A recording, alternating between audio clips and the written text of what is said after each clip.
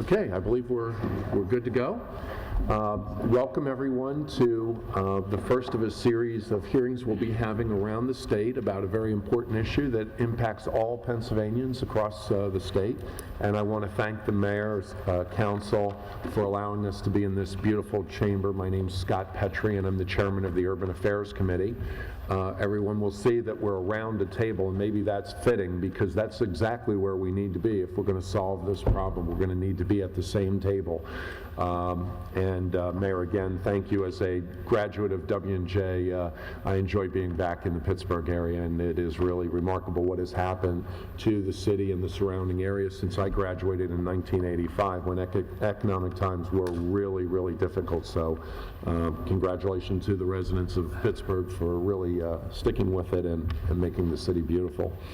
We're going to go around first and introduce ourselves so that you know who's at the table. And if you're part of the Urban Affairs Committee, so indicate. And then thank you also for the reps in the Pittsburgh area who came today.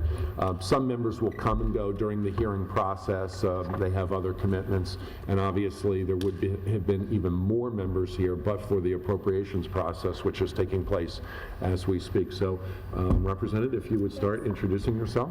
Good morning. I'm State Representative Kate Klunk from York County, and I represent the southwestern portion of the county in my hometown of Hanover, home of Utz Potato Chips and Snyder's Pretzels.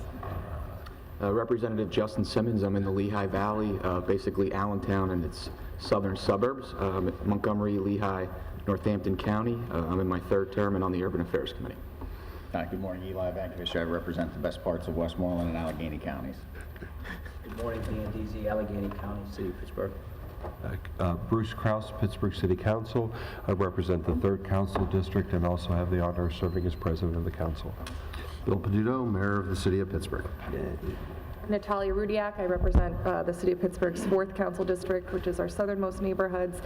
This is my 2nd term, and I serve as the Chair of the Finance and Law Committee here on Council. I'm Representative Dan Frankel from Allegheny County, and my district is entirely incorporated in the City of Pittsburgh. Good morning, everyone. I'm Representative Paul Costa. I represent parts of the 14th Ward, parts of the 15th Ward, and all of the 31st Ward of the City of Pittsburgh and its eastern suburbs. And I want to thank Chairman Petrie for bringing your committee to the city. My name is Jim Cox. I represent the 129th District in Berks County. It's southwestern Berks County. I also represent one township and one borough in Lancaster County, and I am a member of the Urban Affairs Committee. John Castelli, Executive Director for the Urban Affairs Committee Democratic Caucus, for Chairman Thomas Calderon. I'm Robert Ribick from the Office of Senator Scott Wagner. I'm the Executive Director for the Senate Urban Affairs and Housing Committee in the Republican Caucus. And we'd just like to thank the Chairman for inviting us to participate in this hearing. I'm Christine Goldbeck, and I'm Executive Director of the House Urban Affairs Committee on the Republican side. Okay, we're going to turn to... Something before you start? Yes, oh, please. I'm here for State Rep Gainey. Just want to let you know he's in the House, that's all. Thank you. We're going to begin with some opening remarks. I'm going to make some remarks, and then Representative Frankel make some remarks, and then if Senator Staff would like to make some additional comments.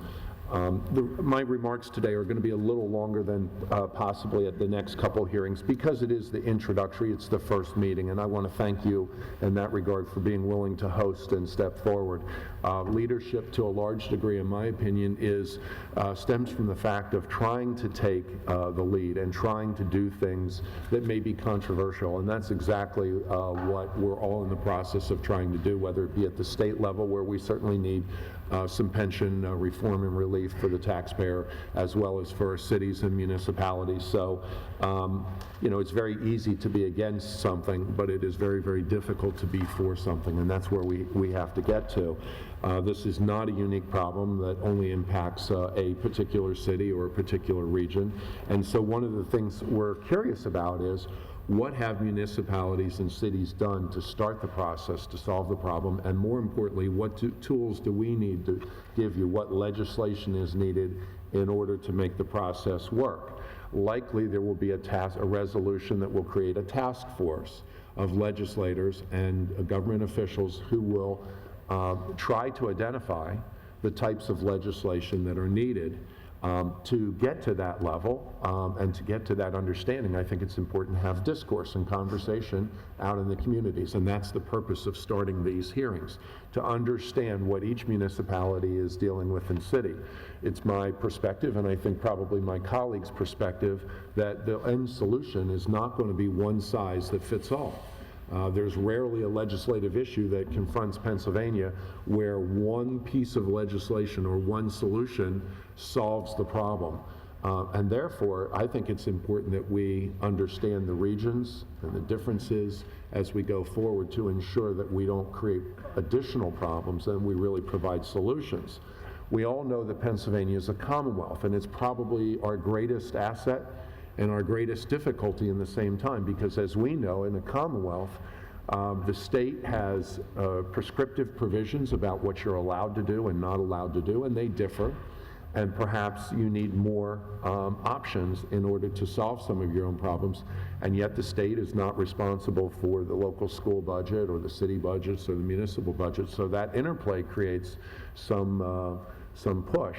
I'm personally not that interested in the history of why we have problems, except to the extent that that history might teach us what pitfalls to avoid in the future. That part, I think, is valuable. There are a lot of reasons why we're here. Some relate to activities of the state, some relate to activities of a particular municipality or city, and quite frankly, we all, when we become elected, inherit the circumstances of our predecessors, good or bad. So those good things we did, we get to claim some credit for. Those bad things that occurred in the past where maybe payments weren't made in the case of pensions and the like, well, we have to solve that problem, and there's no point in pointing fingers if we're not going to come up with solutions. With that, I know we're going to hear some testifiers that are going to talk about needs to change Act 111. Whether those bills will come in front of the Urban Affairs Committee, I can't tell you. I have no idea. But I know that it will certainly be an issue that will need to be debated. I will share with you recently, I heard from my municipalities a great concern about the tax that is coming in 2017 with regard to what, quote, the Cadillac plans and how to deal with that. And I know that's been one of the Act 111 issues that's been at most bargaining tables.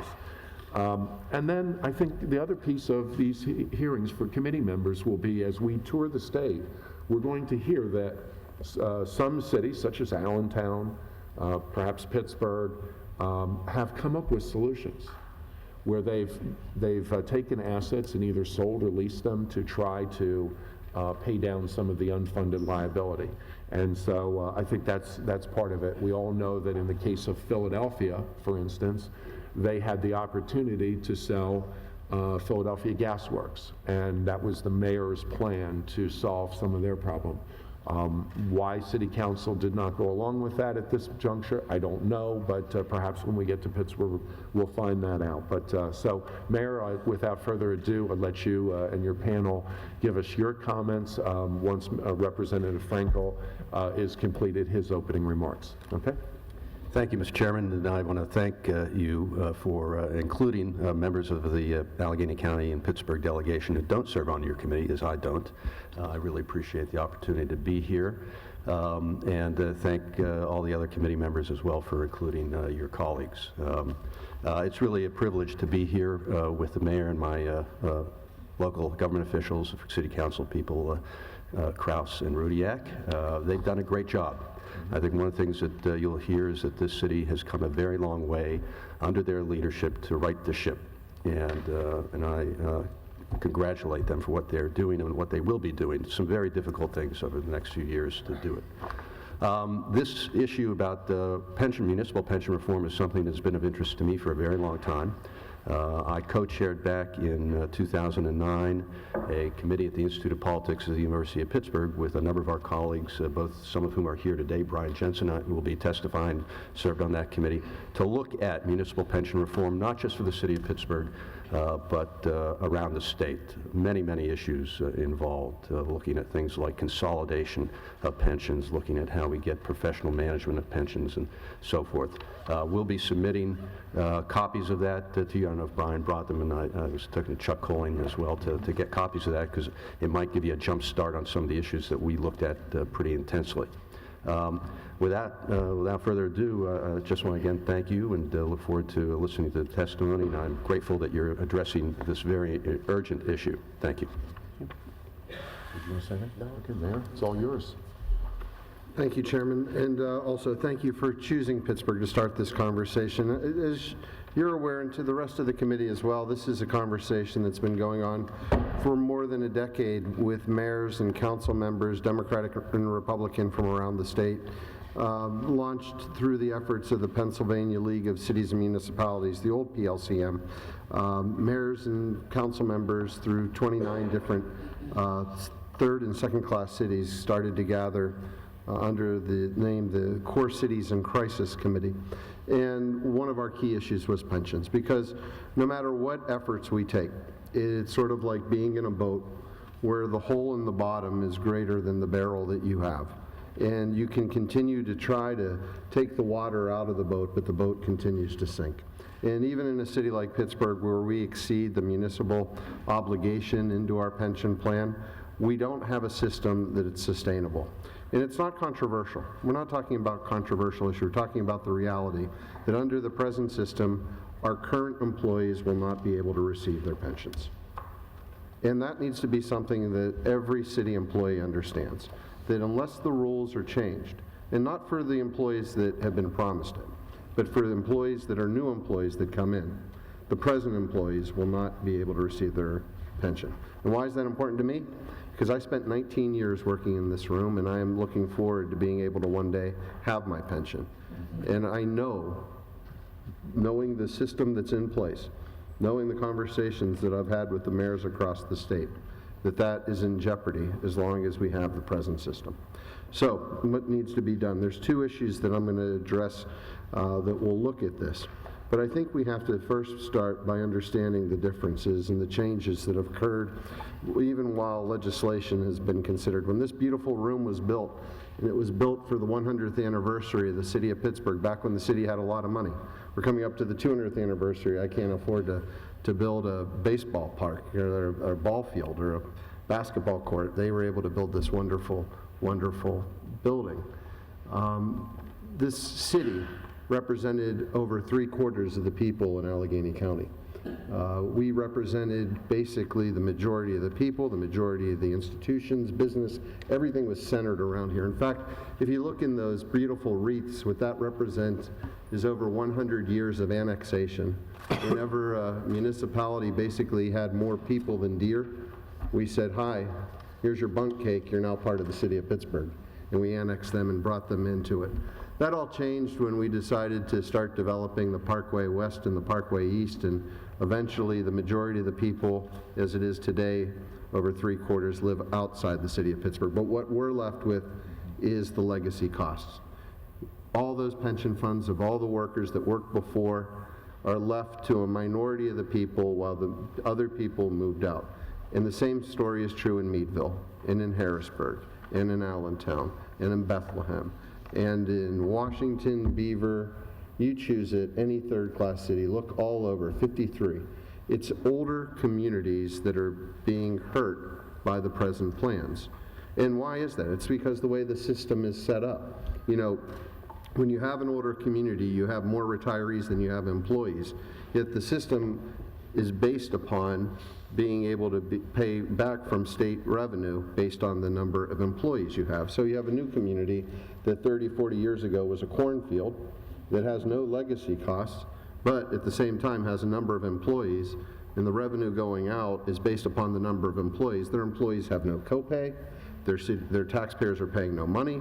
But in a community like Erie, Scranton, or in any other older community, you have a majority of the people who are on the pension system and less to pay in. And every time that you cut a police officer, every time you cut a firefighter, in order to be able to make the payroll, you're taking away the state funding that's helping you. And it is a cycle that is tearing down every older community in the state of Pennsylvania. There are two overarching issues that must be addressed to secure our municipal pension plans and ensure that we make good on the promises we have made to our workers for decades to come. The first issue is chronic underfunding of many of the thousands of municipal pension plans across Pennsylvania. The second issue is the Byzantine and unwieldy system of administration for these thousands of plans. If we can address these two underlying issues and the symptoms that grow out of them, not only will we secure the future we promise for our retirees, but will restore municipalities all across the Commonwealth to stable fiscal footing and begin to remove the looming danger of runaway pension costs once and for all. Issue number one, the chronic underfunding of municipal pension plans. Symptoms of the problem. Municipal pension plans in Pennsylvania are currently carrying over $7.5 billion in total debt, a staggering figure that is a constant drain on the ability of local elected officials and city workers to maintain infrastructure, carry out public safety responsibilities, and modernize government. The city of Pittsburgh spends about 1/5 of our budget every year just on our pension obligations. And despite the radical reforms we've put in place through Act 47 and other initiatives, our pension fund is still constantly hovering between 50 and 60% funded. We are expending tens of millions in making sweeping reforms just to keep our heads above water. And we're not alone. Local governments across the Commonwealth are dealing with exactly the same problems. As municipal workforces shrink and the number of municipal retirees grows, we're still operating under a 1970-style pension system while trying to build a 21st century government, and it's long past time that we make some basic common sense changes to reflect our current needs and priorities. That's why I stand with elected officials like Governor Wolf and Auditor General DePasquale, and groups like the Pennsylvania Municipal League and Coalition for Sustainable Communities, in calling for real municipal pension reform that protects retirees, ensures a good pension for current workers, and sets up a framework that will allow us to meet the needs of future employees. There are some clear steps the General Assembly could take to address these problems now, and you will have my full support, and I expect the support of hundreds of other local elected Democrat and Republican representatives from the Commonwealth, and then I'm talking about the local leaders, the council members and the mayors, dealing with this same challenge. And let me be clear about that. We've had these meetings, we all agree there is a path to this that is not partisan, and it is common sense. It's our responsibility to stop kicking the can down the road and address this challenge head on now before it grows beyond our ability to do something about it. Solutions to the problem? Eliminate the practice of spiking overtime used in order to artificially inflate pension benefits. 2, bring retirement age and service requirements for full pension eligibility into line with updated life expectancies. 3, shift to a more cost-contained pension system for new hires. 4, establish consistent member contribution provisions. 5, amend the current formula of state aid distribution under Act 205 to provide for additional state aid to distressed municipalities on the condition that they meet certain requirements such as funding plans in accordance with Act 205 standards, capping benefit increases, putting in place a new benefit structure for new hires, and ensuring that both the employee and the employer are already contributing to the fund. Additionally, Act 205 pension aid payments should be based on the number of retirees, not the number of current employees. Limit the percentage of aid that can be provided by the Commonwealth and require that all municipalities contribute a baseline percentage of their total plan liabilities. Create a new acceptable standard rate for rate of return assumptions that is more in line with current economic conditions. Require public reporting of pension costs broken down by plan, and mandate reductions in administrative and overhead expenses. And then issue 2, the administration challenges of municipal pension plans. The symptoms of the problem? Pennsylvania is home to over 3,000 individual municipal pension plans. More than 25% of all the municipal pension plans in the entire country. This extreme decentralization has led to extreme inefficiencies, high costs of administration, and the loss of economies of scale. Many municipalities simply don't have the capacity to manage their plans and make successful investments, to comply with statutory rules and guidelines, and to do the long-term actuarial analysis necessary to budget appropriately. Even for the larger municipalities that have the staff to perform these functions, there are significant annual costs for outside consultants and analysts to assist. These inefficiencies and duplication of efforts are draining municipal coffers and diverting scarce resources away from the basic services that we should be providing to our citizens. We've basically created an entire cottage industry for consultants and analysts throughout the state of Pennsylvania just to deal with municipal pension plans instead of coordinating the efforts to save our taxpayers' money. Solutions to the problem? Work with DCED or another state agency to develop an oversight, standards, and training regime to assist local governments in complying with statutory rules regarding plan funding and administration. 2, begin to develop a plan to consolidate the thousands of municipal plans in the Commonwealth into several jointly administered plans based on employee class. And 3, modernize plans by including portability options that would allow municipal employees to change jobs without ever having the fear of losing their accrued benefits and service times. There's one other issue that I would like to address. It was one that was mentioned earlier, and it's about the use of public assets to fund the underfunded liability. We had gone through about 1.5 years of discussion on that very issue when it was presented to us a plan that would use our parking assets, our metered parking, our structured parking garages, in order to be able to come up with a equity based upon that outside sources would then fund, that would go directly into the pension fund and would be able to get our pension fund up to around 70%. That type of an analysis being given to council members, whether it's a large city, a small town, any type of council, is well beyond the expectations of someone to be able to, or any group to be able to really grasp. You're dealing with people who are either full-time or part-time elected officials going against Wall Street to figure out who is getting the better deal. So we did something different. We hired a consultant, a person who is the chief economist of the Security and Exchange Commission, who fortunately is in Pittsburgh but has a consulting business out of Austin, Texas. We paid significantly for their services, and we took a very long approach in order to be able to analyze whether this would be a good deal for the taxpayers of the city of Pittsburgh. Under the most conservative estimates provided, under the plan to lease on both a 50-year or a 70-year period, the best that we could do for our taxpayers was to lose them $2 billion. There's a reason that the banks and others want to see the liquidation of public assets. It's because it makes a lot of money for them. They are not doing it out of charity or the good of their heart. And to sell your public assets to save your pension fund is no different than selling the cash cow in order to save the farm. You will be left with less, not more, and more problems that we'll have to come back to Harrisburg for if that's even part of the solution. So I apologize because as we're dealing with one issue that is solvable but is difficult to solve, there's some good things happening on the other side of town between Carnegie Mellon University, University of Pittsburgh, and UPMC that I'm going to attend. But I stand ready, along with mayors throughout the state of Pennsylvania, Democrat and Republican, to work together with our state legislators to get the support to make this happen this year. To be certain, it has to happen. At some point, this has to happen.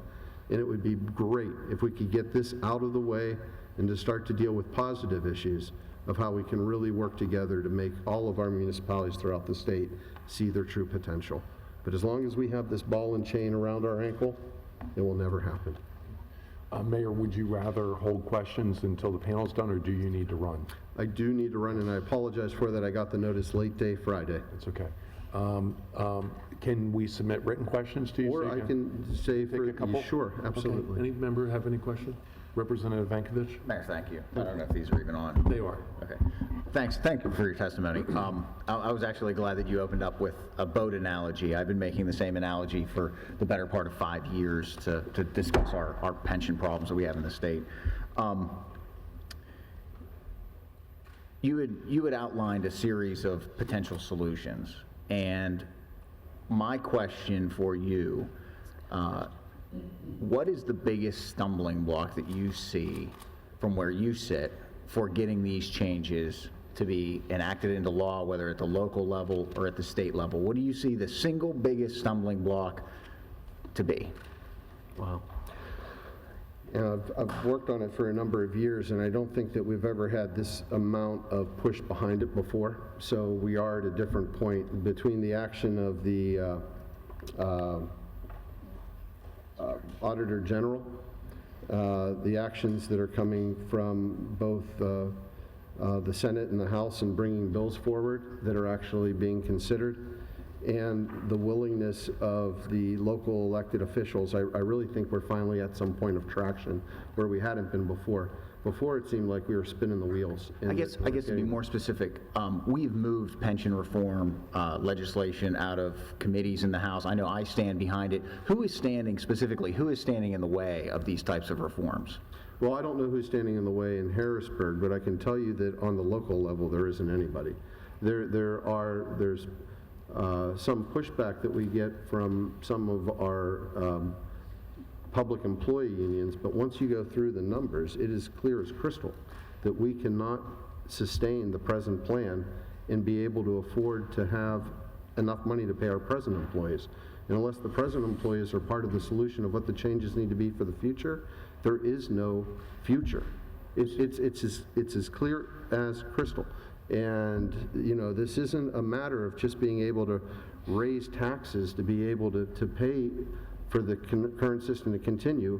Otherwise, every older community will be facing exactly what Scranton is facing today. I mean, there is the real possibility that Scranton may seek bankruptcy. And we were at that same door, knocking on that door just a little while ago. And what was our solution back then? Bonds. Borrow more money, put it in the pension fund. Throw it down and let somebody else pay it. That's not a solution either. Selling off the assets isn't a solution because you lose the revenue stream that you need to be able to pay police and fire and do everything else that you need to do to run a city. The only solution is to hit it head on. The structure that's in place on both the funding and on the expenditure and on the revenue, on both sides of how the pensions are being delivered and how the pensions are being funded, is destined to fail. So if there are stumbling blocks, then they need to offer a better solution than to sell off your assets or to raise taxes, because neither is a solution that will be sustainable. Thank you, Mr. Chairman, for your indulgence. If I could just ask one more brief question. You know, and that's the reason why I love the boat analogy, is that, you know, you need to plug the hole before you bail the water out, because otherwise you're just going to sink. I guess the question is, I believe that we have support to get some of what you have outlined as potential reforms done. You had mentioned the public sector labor unions as being the stumbling block. Have they been willing to come to the table to discuss these in terms of real solutions, and offered their support for fixing some of the pension crisis that is going on at the local level? Have they offered their support for a lot of these reforms? Because what we hear in the state capitol is nothing but no, no, no from our public sector unions, and they have not shown the ability or the willingness to come to the table to begin to address these large increasing labor costs. Yeah, I wouldn't refer to it as a stumbling block as much as it is that the mission is to protect what's under Act 111 and Act 205. So there's going to be a natural resistance to seeing either of those acts changed. And, you know, that's their job, and so I understand that. However, I don't think there's been a full dialogue yet about what the other options are. I can just tell you this, that under the situation that we were faced earlier with selling of public assets, it came at a greater loss than the savings that we were going to do to our pension fund. And under the same system, we would have spent that money away. I think the analysis was 8 years. it was 8 years or less, Or less. to being in the same situation and losing all the revenue from parking, which is, to us around, I can't remember, Natalia, $35 million a year, $40 million a year. But giving all that away and then having nothing, that's not a solution. Yeah, if you don't fix the plan, if you don't fix the benefits. It's structural. So I'm open to looking at options, and I would not close that out. And I know that Mayor Nutter and the other mayors all across this state wouldn't either. And it has to be something, though, that deals both with structural change on the plans and structural change on how the funding is done. Thank you. Thank you, Mr. Chairman. Other questions? Representative Cox? You mentioned overtime as being one of the driving factors here. I've actually, within the last couple of months, opened up a dialogue with my municipalities, and overtime is one of the things that they are telling me. I'm looking through the list, and I've talked to them about it. They're not in the severely distressed. I think there's one of my municipalities that's in the moderately distressed area, but overtime is one of the things that each of the municipalities I've talked to has highlighted, and specifically they've highlighted police overtime. And as I started to dig into that, I see that the state is one of the drivers of that when we have grants that we give them for enforcement of aggressive driving, for instance, with the Smooth Operator Grant. We give them money to pay for enforcement of specific areas of traffic safety or otherwise, and then we require them to use overtime to take part in the grant. To me, there's some things like that, and to me, I think it's the tip of the iceberg that we need to explore how we, as a state, are supplementing or encouraging enforcement of laws and other things like that. I think there's part of it is on our shoulders. Do you have other areas outside the grant thing? Was one of the things that came to light very quickly. Are there other things that we should perhaps take a look at? Within our police bureau, they can't spike for overtime, so that issue is not really before our FOP. It is before our firefighters union, though. And it is something that is basically done in a way that in that last 2 years, if you're able to take additional time, if there's a buddy system which you work off of, and you're able to get that additional time, you can increase your base salary to 6 figures, and then use that as your salary in order to be able to determine your retirement. And what we're seeing is that in case after case after case after case. It's not because there's a state program or some other reason that additional time is needed. It's because there's a system in place that allows for people to take overtime, and then that overtime to be calculated as the base salary under state law. It's the same thing when people ask, why is it that public safety officials are able to receive a pension at the age of 50? I turned 50 this year. I can't even think about retiring. I don't even know.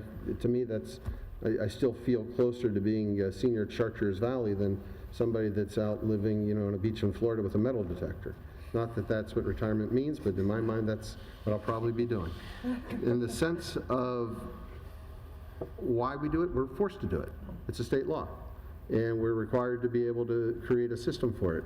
Social Security is going, in situations where near bankruptcy, or whether it's, the liquid ability of its assets will be there. And look at the age that Social Security is based on a structure for. And they can't do it at that age. How do you expect cities to be able to ever balance our books when the law says you have to do it at 50?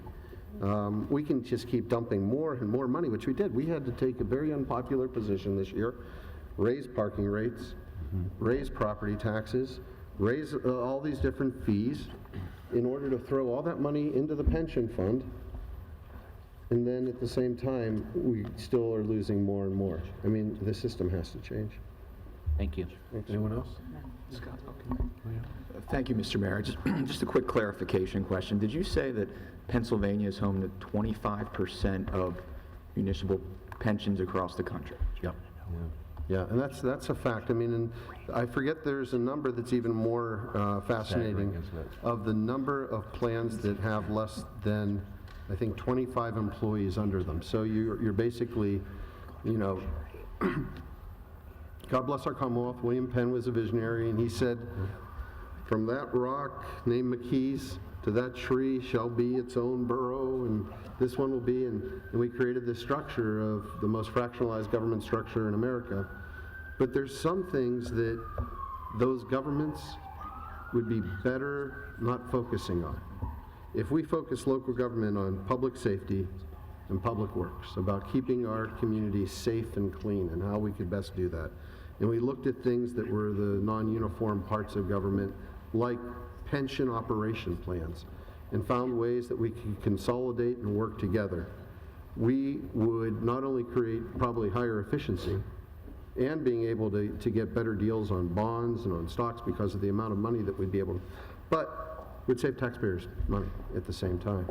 And this split up fractionalized system where 25% every pension plan in the country exists in only one state is one of the reasons that we fall behind. We can't do it like a light switch.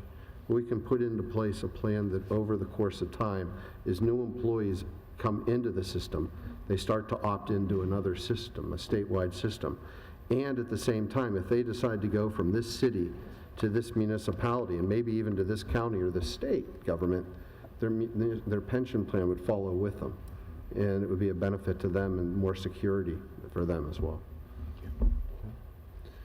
I don't see any other questions for the moment, so Mr. President? Mr. President, I apologize. Yes, thank you. Mr. Chairman, thank you very much. And I thank you for the committee for starting in Pittsburgh. I wonder if I could just make a comment. Sure.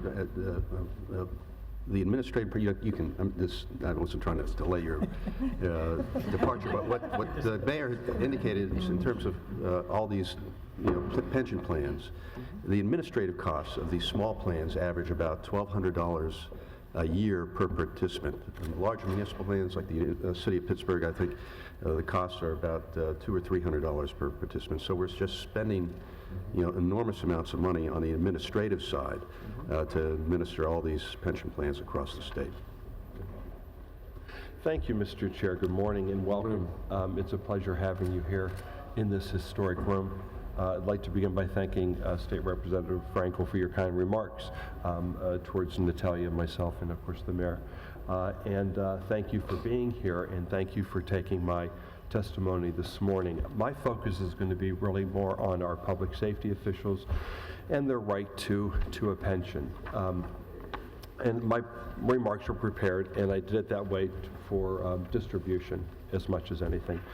A pension is a right for our police officers and our firefighters here in the city of Pittsburgh. In order to guarantee this right for these hardworking men and women of our public safety departments, we must be honest and realistic in doing what it takes to ensure financial security for those who have clearly earned it. At present, police and fires do not contribute into Social Security, nor does the city make this contribution for them. Federal government requires that a benefit is provided that is at least equal to Social Security, but then why should we settle for less than that? As a city that deeply values and supports the work being done by our public safety officials, a strong pension benefit plan would clearly exceed that of Social Security in affirmation of this support. How do we take these values and ideas and turn them into a reasoned, comprehensive pension plan? Pension benefits are a mathematical formula. Best practices clearly show that a formula whose essence can be found in any retirement calculator you and I can find online, containing variables that can be the standard and now written into law. How many years must the employee work? What is the age of retirement, and how many subsequent years does the money need to last? What will be the return on that investment? What percentage of salary is needed to retire? And lastly, the only variable that is a product of bargaining, what will be the annual growth salary? Unlike most other municipalities, current state laws requires that the City of Pittsburgh police and firefighters be eligible to retire at age 50 after working for 20 years. This standard is based on Act 600, which was written in 1956 when mortality for the average male was approximately 65.9 years. According to a 2010 California retirement study, mortality for public safety officials has been found to be about 80.5 years. Bearing this difference in mind, Pittsburgh is being asked to run a Social Security system where employees work for 20 years, are eligible to retire at 50, and receive half of their salary for 30 years. Is this a sustainable model? And are we creating an unfunded mandate by not acknowledging it? Wouldn't the next logical step be to adjust for this difference in life expectancy? Increasing the retirement age for new hires to 55 while not touching plans for current public safety employees is a small 5-year change that could bear a massive effect on this equation. To give concrete numbers, if 1,400 active public safety employees were to retire, the difference in liability caused by a 50-year retirement age equates to approximately $300 million more than the city could pay compared to a municipality with an equal number of employees in public safety retirement at the age of 55. In order to ensure that this variable of mortality remains accurate, the state would perform a statewide actuarial analysis for each class of employee with a new census at least every 10 years and make appropriate adjustments. The next question of significance is, what would be the rate of return on investment? A 6.8 return on investment can be assumed based on a 45% fixed income to 55% equity investment ratio. This number has been determined by the Actuarial Standards Board number 27. The final and arguably the most significant question is, how much should we be putting away to retire? Every retirement calculator works on a percentage of salary. In this case, the number we're looking for is the percentage of salary that we would need in order to produce a benefit that will pay half of one's salary for 25 years with an annual return of 6.8%. The calculation we're seeking is based upon the following assumptions, most of which I've just discussed. Number 1, 25 years of employment.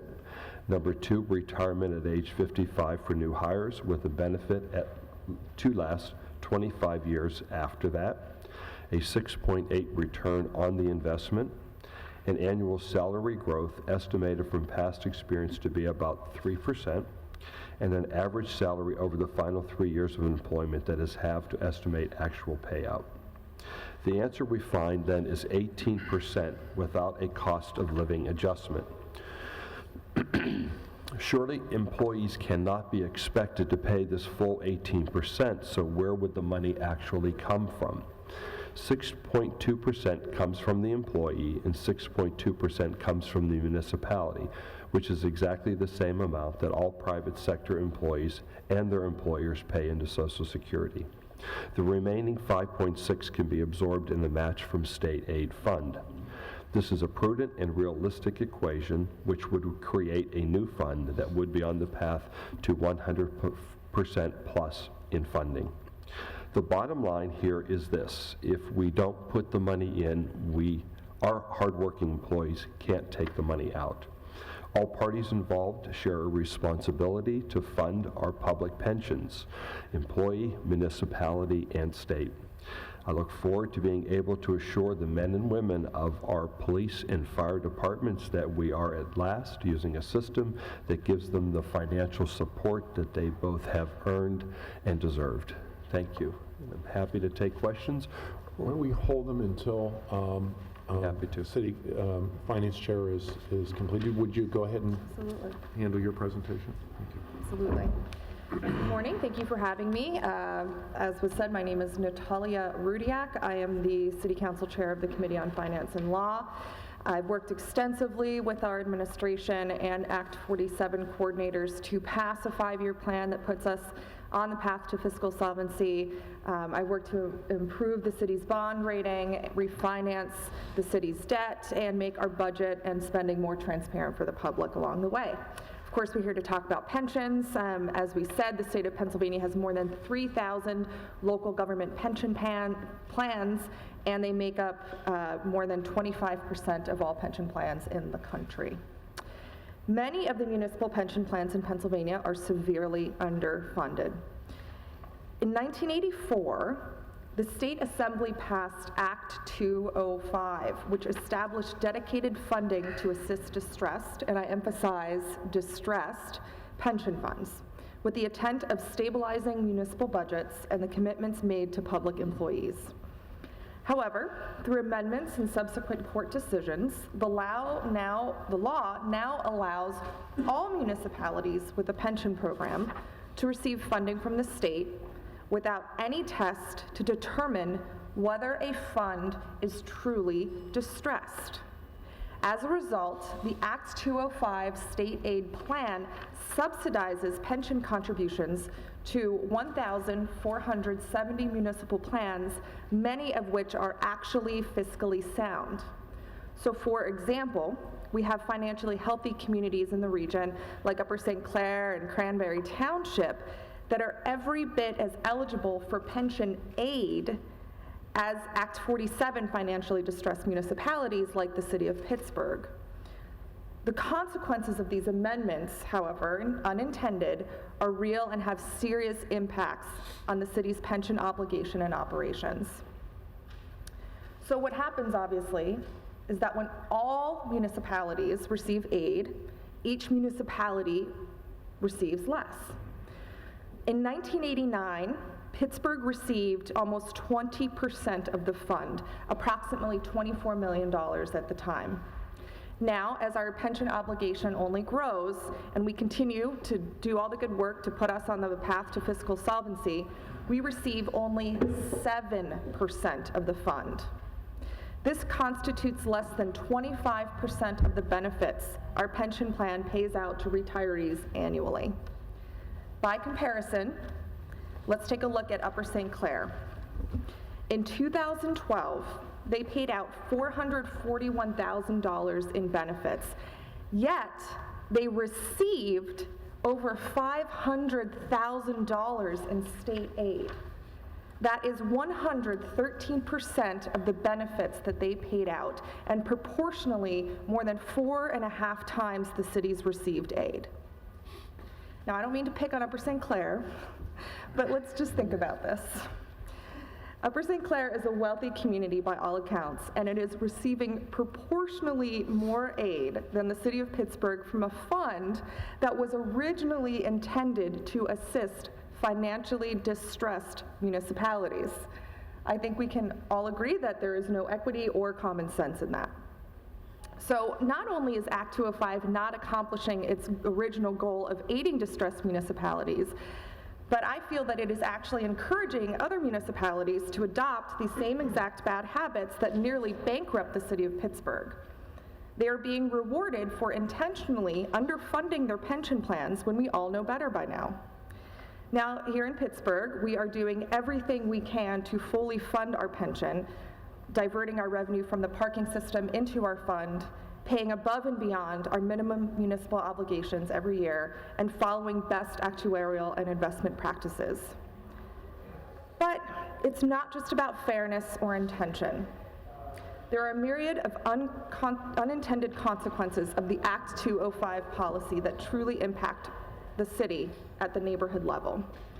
For example, people often ask me, why is it that we don't have enough police on our streets? Why are we constantly struggling to hire and retain our budgeted number of officers? Well, it actually may have to do with the consequences of Act 205. As municipalities surrounding Pittsburgh receive more than 100% of pension assistance from the state, let me repeat that, 100% of their pension payouts are funded by the state. They are able to redirect their funds to other line items, like police salaries. An analysis that we did in-house of similarly ranked officers' salaries showed that, again, Upper St. Clair pays its officers between 11% and 24% more than the city of Pittsburgh. And there is no doubt that salaries like these are the reason that the city loses approximately 15% of every police recruit class within the first 5 years of employment. The city's tax base simply cannot keep up with these rates, and we certainly cannot blame officers for seeking out the highest salaries. This is just one example of how Act 205 contributes to uneven levels of service and, frankly, quality of life across our municipalities in the state and the region. But I am not here simply to complain. I'm here to propose some common sense solutions. First, I suggest that we reform unit values. Each municipality receives a certain amount of funding for each active employee, and that is called the unit value. Since aid is based on the unit value of active employees, older municipalities like Pittsburgh that have drastically reduced their workforces over the years are actually being penalized. In the summer of 2003, the city laid off 446 full and part-time employees, including nearly 100 police officers and 24 EMS personnel. We did, by all accounts, what the state told us to do, and we did the right thing. Yet, our Act 205 funds were subsequently reduced, although our historical pension obligation still looms large. I would urge you to revisit recommendations from a 2009 bipartisan study commissioned by Representatives Ori and Frankel. And if we reduce unit values to $3,000, I think now there's something like $3,700 a piece, but if we reduce them to $3,000 each, we can use that difference to create a $30 million pool to be divided among truly distressed pensions in municipalities with less than 100% of the statewide median income and/or home value. It is my belief that this would not create undue hardship for Upper St. Clair and other communities that have more active employees than retirees. Rather, it would create an opportunity to fund distressed municipalities above and beyond their unit values and begin to address the massive historical unfunded pension obligations that continue to stress municipal budgets across the state. Any adjustment in unit values should be accompanied by a means test to determine which funds are truly distressed and could benefit most from additional funds. I would also recommend that we count our paramedic first responders as 2 units, just as we do our police and fire employees. Paramedics are first and foremost public safety employees and deserve to be treated and counted as such. Municipalities such as Pittsburgh who employ paramedics also deserve to be compensated justly. It's important to me that we also address the concept of a cash balance plan. I understand this is something that you all are considering, but I believe that we do need to use extreme caution. Cash balance plans cannot guarantee a return and cannot guarantee financial security through the end of life. There are clearly many reasons that this is problematic, not the least of which is that we are required by federal law to ensure that our public safety employees who do not pay into Social Security receive adequate income through the end of life. Further, I believe defined benefit plans do work and can be sustainable if we are realistic about the assumptions, the benefit, and the formula for mandatory municipal contributions. For far too long, municipal and state governments have kicked the can down the road in funding municipal pensions, underfunding them during times of economic boom, and inducing panic during times of economic bust. Consistent, fair, and equitable funding will keep our pension funds whole and our commitment to our public employees solid. In closing, with the help of Act 47, Pittsburgh has made great strides in reducing costs, right-sizing our workforce, and realigning our tax structure over the past 10 years. We are working hard to fund our pension, contributing at least $10 million more than our minimum municipal obligation for the last 6 years. But we can only do so much. To make real progress, we need fair and just reform and assistance from our state legislature. We need the financial aid that Act 205 was originally intended to deliver. And I urge the Committee on Urban Affairs to review Act 205, unit values, and ways to provide additional funding to the distressed municipalities. Please consider me as a resource, and I would be happy to work with you on these policy amendments. Thank you. I want to thank both of you for testifying. We're going to take some questions from members in a moment. I'm going to lead with the first question. What is Pittsburgh and, to your knowledge, the surrounding communities' response to communities that don't have police forces and rely on state police? I know that's a loaded question, but it's an important consideration that hasn't been discussed right now. Yeah. Do you know, I'm familiar with the issue. Okay. I mean, and it's, you know, as a local municipal official, I often empathize and sympathize with all of the problems that come along with being, a local municipality and trying to manage that. I would say, that it is frustrating to see the burdens and obligations of a state police force being taken by the state where they police local municipalities. So, I think that's something that could and should be addressed, although, again, I understand the political realities of doing that. Yeah. Just for the record, so I know, because I'm familiar with Bucks County, where every municipality has their own police force. Is that also the case in the surrounding areas involving Pittsburgh? My colleagues are shaking their heads. In Allegheny County. Yeah, okay. Okay, but for the record, and the reason I brought it up, many communities do rely on state police, and that can be, if there's no contribution, that can be a temptation for elected officials who have to balance a budget. I mean, we're unlike federal government. We can't print money. You've got to make the numbers work, and sometimes that would be a resource you would go to. Other members have questions? Yeah. Thank you, Mr. Chairman. As it relates to the pension calculations for the city of Pittsburgh, can you help me understand what the current employee contribution is, what the multiplier is for your local? If it's okay, I'd like to invite our budget director up. Sure. And he can help flesh some of this out. But I think, for the most part, I covered that. So the question was, what is the multiplier, and what's the average number of years, et cetera? Well, the police and fire both retire at age 50.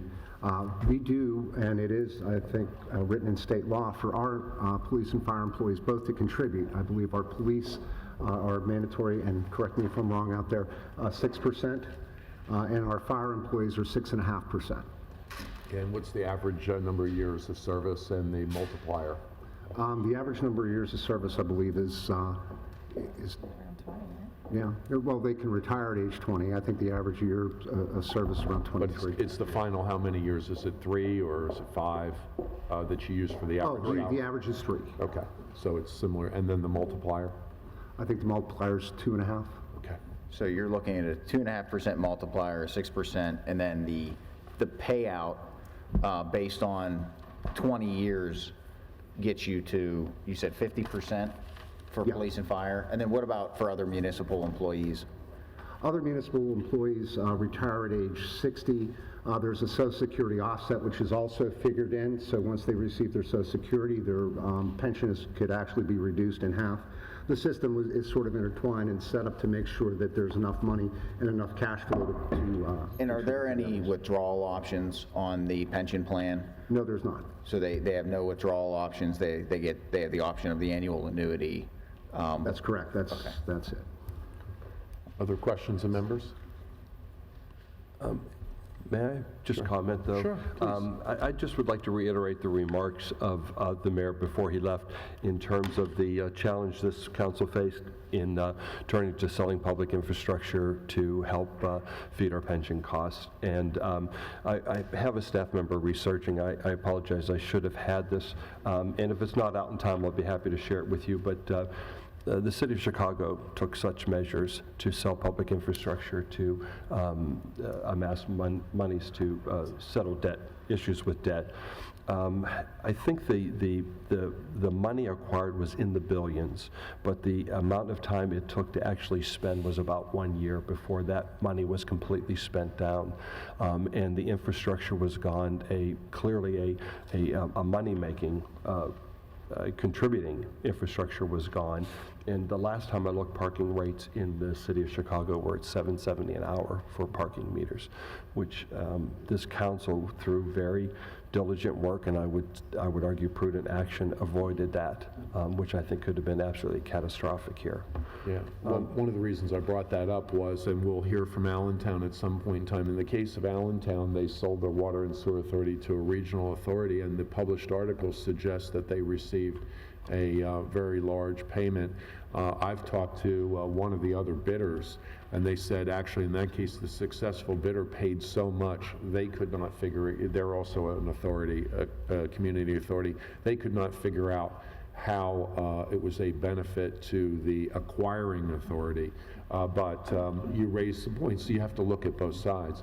One question I had that nobody covered in the packet was what appears to be a marked up draft of a ordinance dealing with non-uniformed employees. Has this been adopted, or is this being proposed? Something about enacting a severance incentive program for non-uniformed employees.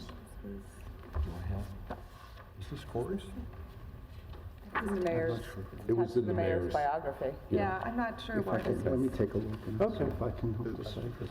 Something we're presently considering. That was my assumption, since it was marked up, that it might be something that is being considered.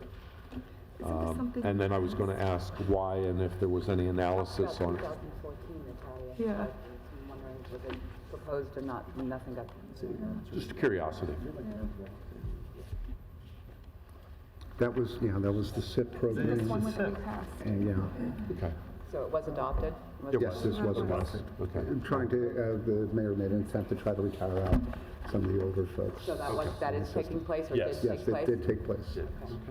May I just add one more comment? You talked about state police officers being an option, and I'd just like to see this be on the record. Recently, we struggled with City of Pittsburgh police officers wanting the option of living outside the city.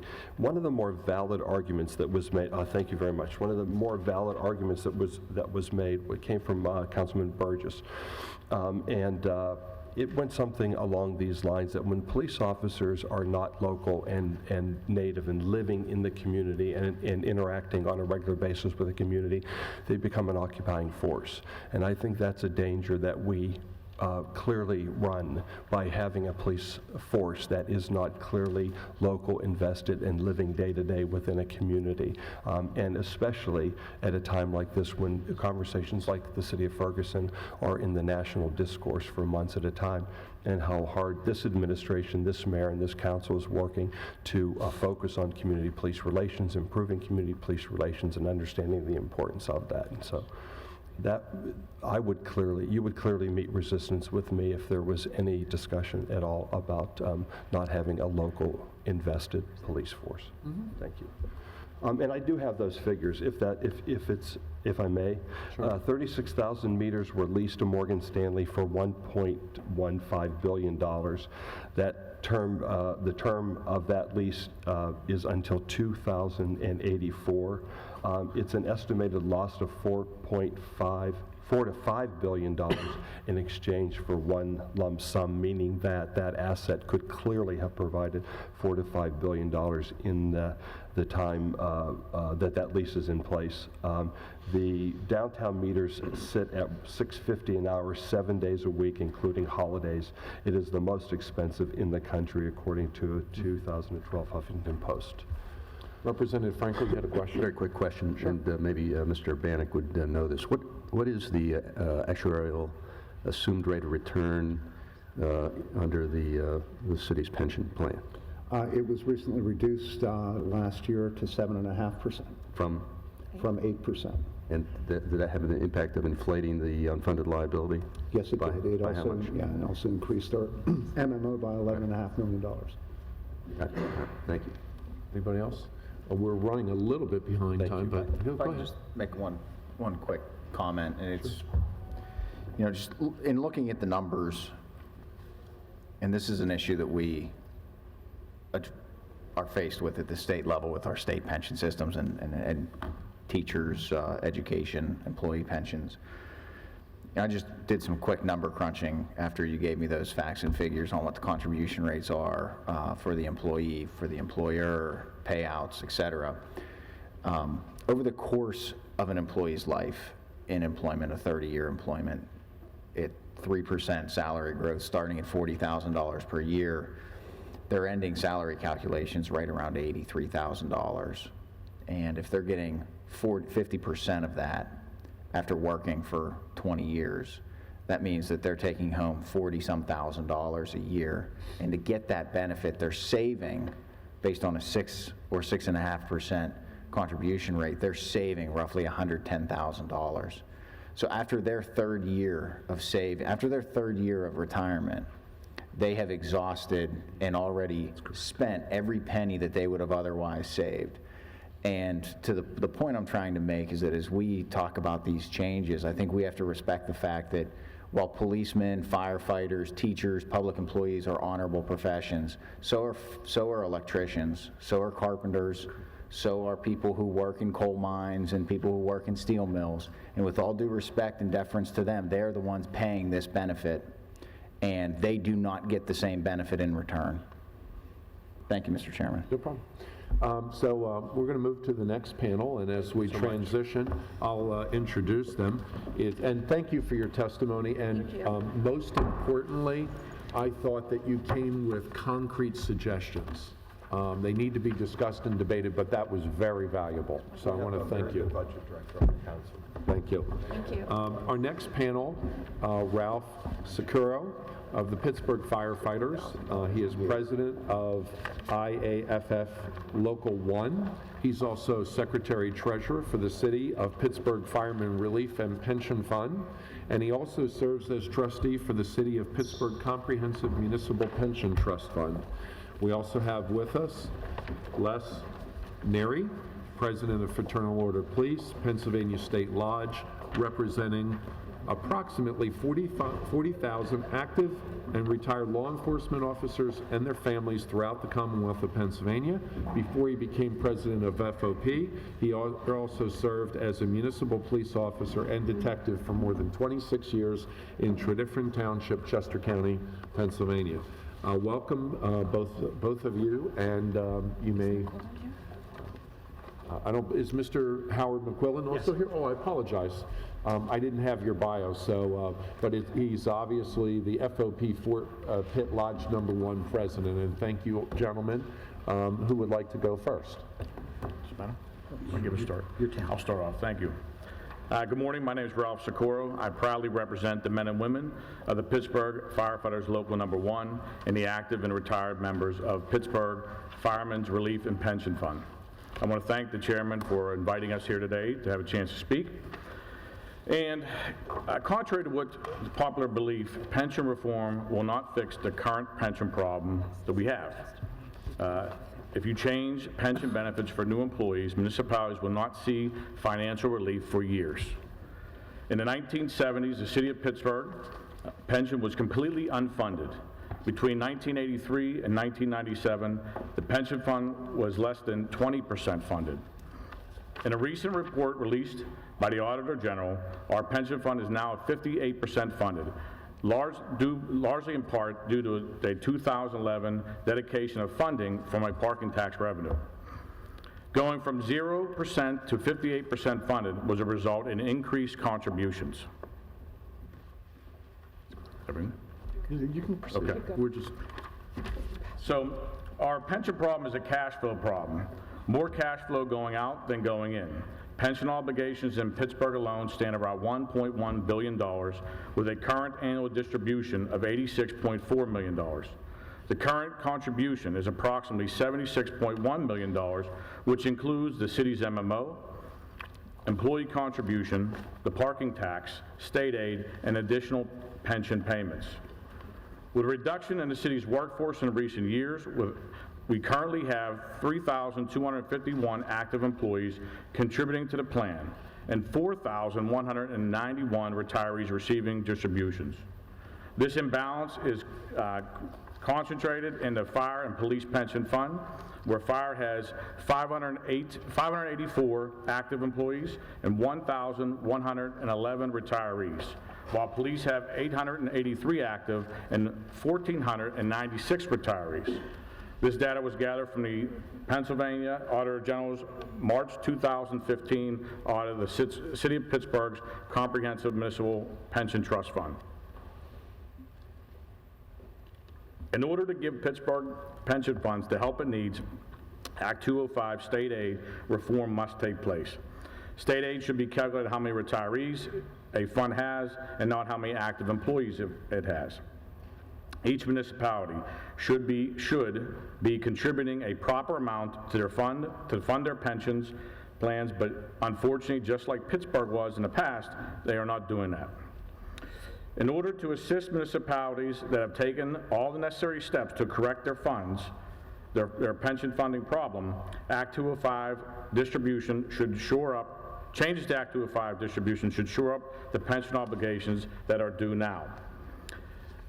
Outside of my written remarks, there was discussion here today a lot about the Act 205 that needs to be addressed. And I think that our panel that came before us had addressed a lot of the issues that I think we're concerned about. Municipalities, as well as the employees, not making their contributions into the funds, but taking the benefits of state aid.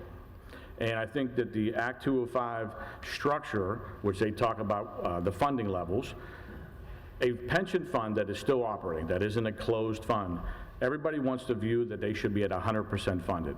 But most people in the industry understand that you're not going to have a 100% funded as long as you constantly have new employees rolling in. The day you're hired, you're not paying that liability. It's stretched over many, many years in order to make it come to the end. A pension fund that is 80% funded is considered a healthy fund. But yet when we have in our distress status, that falls under a minimally distressed category. So I think that reviewing how we categorize each pension and what qualifies in order to get state aid should be addressed as well. But the city of Pittsburgh's problems came over decades. You know, in I think it was 1984, when Act 205 came into place, somewhere around there, the city of Pittsburgh received about $24 million as their first payment under state aid. That same time, our mayor at the time, Sophia Masloff, reduced taxes in the city of Pittsburgh, taking the relief from the state aid in order to lower their contribution. And that compounded the problem. As I said, back in the 70s, there were 0% funded. We have gone great strides to get to the funding level we're at now. We're not where we need to be, but it takes time to continue to grow there. Should adjustments be made? Should things be addressed? Certainly. But everybody wants to look at this crisis as it just happened now. The crisis started decades ago. Remember, these pensions were formed in 1933, and many of it was done as a pay-as-you-go system. Promises were made, promises need to be upheld. So I think as far as that goes on the Act 205, that's fine. I think the benefit design there was some discussion as well. I want to make sure I hit some highlights on. Yes, we have a 20-year vesting for our pension with no provision for prorating. So if you don't hit the 20 years, all you get is your contributions back, and that is all. We get no Social Security, and we have a mandatory retirement age of 65 in the city of Pittsburgh. We are in a high-risk, high-hazard profession, and we also have no COLAs built into our pension system. So what you leave the day you leave is what you have until the day you die. Over 50% of our members have no retiree health care, and with increasing inflation, your pension is all you have to keep covering all your costs. There was also a discussion on administrative cost. One thing that's unique to fire pension alone is, as they were stated, we pay 6.5% contribution. We negotiate an additional 0.5%, so we actually pay 7%. That 0.5% covers the complete cost of our administrative costs for the pension side, for the fire pension side alone. So, you know, as far as my discussion, that's what I have for you today. I'm open to any questions you have. So let's hold questions until the panel is complete. Les, you have the floor. Thank you very much, Mr. Chairman. I thank you and the committee for the opportunity to be here this morning with you to discuss this very important issue. On behalf of almost 40,000 active and retired law enforcement officers and their family, this is something that is very near and dear to us, both active and retired members. I've submitted written testimony as well as President Howard McClellan, President of Fort Pitt Lodge Number 1, so I won't go through reading my testimony. I'm sure you can read it on your own. However, I would like to hit on a couple of highlights and just answer or clarify some things I heard here so far this morning that I think needs to be brought to the attention of this committee. I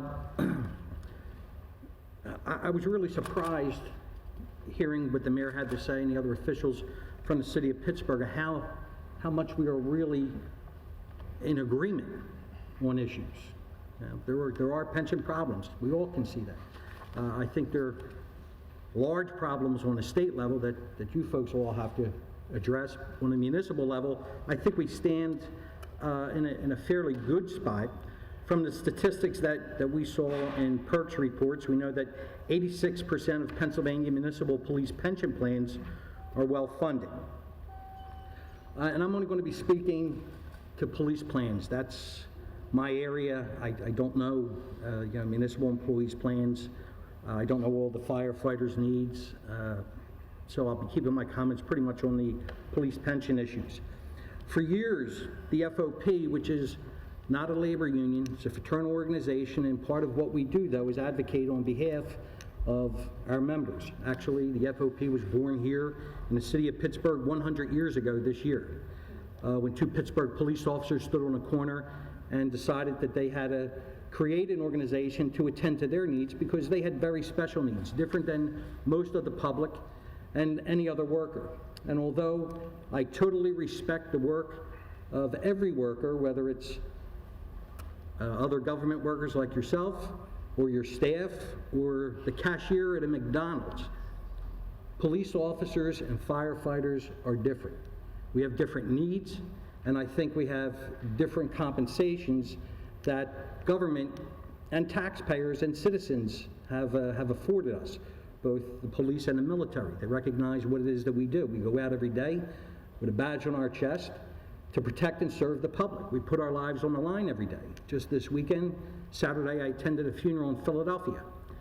Officer Robert Wilson III, who went to the GameStop store while he was on duty to pick up a quick gift for his son, engaged two armed felons, was shot 8 times and killed. I think that makes us a little different than electricians or other clerks or other workers. Also, we know we have issues in society now, especially looking up at Ferguson in New York, but just the fact that now men and women are wearing the badge has made them additional targets. So for all of these reasons, I think that government and citizens have realized that law enforcement and fire service is a little different because we run towards the bullets and into the burning buildings. With that being said, state government has created requirements for municipal governments to provide pensions to law enforcement. They're state laws. If you have more than 3 police officers in township and borough, you have to provide them with a pension. No options. Same thing with cities. They have their code, second-class city, first-class city code. They have to provide these pensions by law. But legislators didn't create these pensions and say to those municipalities, and you got to pay for it all, we're not doing anything, we're not recognizing the cost. What the legislature did is created state aid, and that's a tax on foreign casualty insurance companies, currently at the rate of 2%. Initially, when that format was created, because municipalities were mandated by state law to provide pensions for law enforcement and firefighters, all state aid money was earmarked specifically for the pensions that state government ordered municipal governments by way of legislation to provide. And they had different systems for how that money was given out, whether it was by population or number of workers. And I don't mean to give you a history lesson, but I think it's important. In 1984, there was a big change. Pensions were not being properly cared for. Actually, most municipalities were not contributing into them. They would take this state aid money, put it in there. If it was enough, great. If it wasn't, well, that's the way it goes. Maybe someday in the future, money will be put in. Well, Pennsylvania legislature looked at it and said, now we have to make a change. We have to mandate minimum municipal obligations. When they made that change, they also made a change in the state aid money itself, because remember, it could only be used for fire and police pensions that municipal governments were mandated to provide. But there was an easement made in that system that said, well, we'll now allow you to also use state aid for other municipal employees, non-uniform pension plans, which they are very deserving of having. And they vary from municipality to municipality because they're not mandatory, they're voluntary or optional. And that money was then, I don't want to use the term diluted, but further broken down to provide all types of assistance for all types of municipal government pensions. And then we move forward now as we come down to the current time, and at least on a municipal level, most things have worked out, but there was a great increase in pension plans. That's why you heard a number almost over 3,000. I think it's closer to 3,200 municipal pension plans in Pennsylvania, police and fire. Of that number, about 970 of them are for police plans. And just to give you a little statistic, currently in Pennsylvania, just about 970 plans are out there. Of that, 69% contain 10 members or less. PERC figures show the average cost of administering a plan of 10 or fewer members is $1,568 per member, where the cost of administering a plan with 500 or more members is only $334. Now, the FOP for over 10 years, probably closer to 15, has been promoting the consolidation of these plans. Just in administrative and investment savings, there are tens of millions of dollars involved in this. Even if municipal governments just pooled for investment and administrative cost purposes, they would be driven down. But each township wants to maintain its own plan for its reasons. Some may run the plan better, others may have other reasons, but each plan has to employ an actuary, an accountant, an investment advisor, a custodian of the funds, an attorney, and the list goes on, where much of our money is being spent on administrative expenses. Now, the state currently has a system which is phenomenal. PMRS, Pennsylvania Municipal Retirement System. It is there for municipalities to utilize. Many municipalities put their non-uniform people in those plans. They're extremely well managed. Conservative investment plans, administrative expenses, and the system is very well run. We have most recently supported legislation in the last session by Representative Grell,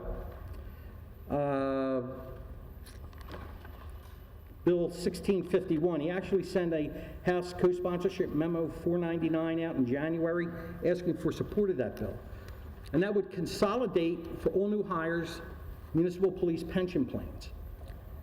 It's a reasonable system, provides a reasonable benefit, and I think addresses a lot of the cost issues that we heard here today. Again, as I stated, we are in agreement on many of these issues, but a couple of things that I heard I would like to address. When we look at the problem, everybody's looking at it first from a financial viewpoint. Cost, pension cost. What do we got to do to reduce cost? Well, there's only a couple of things you can do. You can lower the expenses by lowering benefits.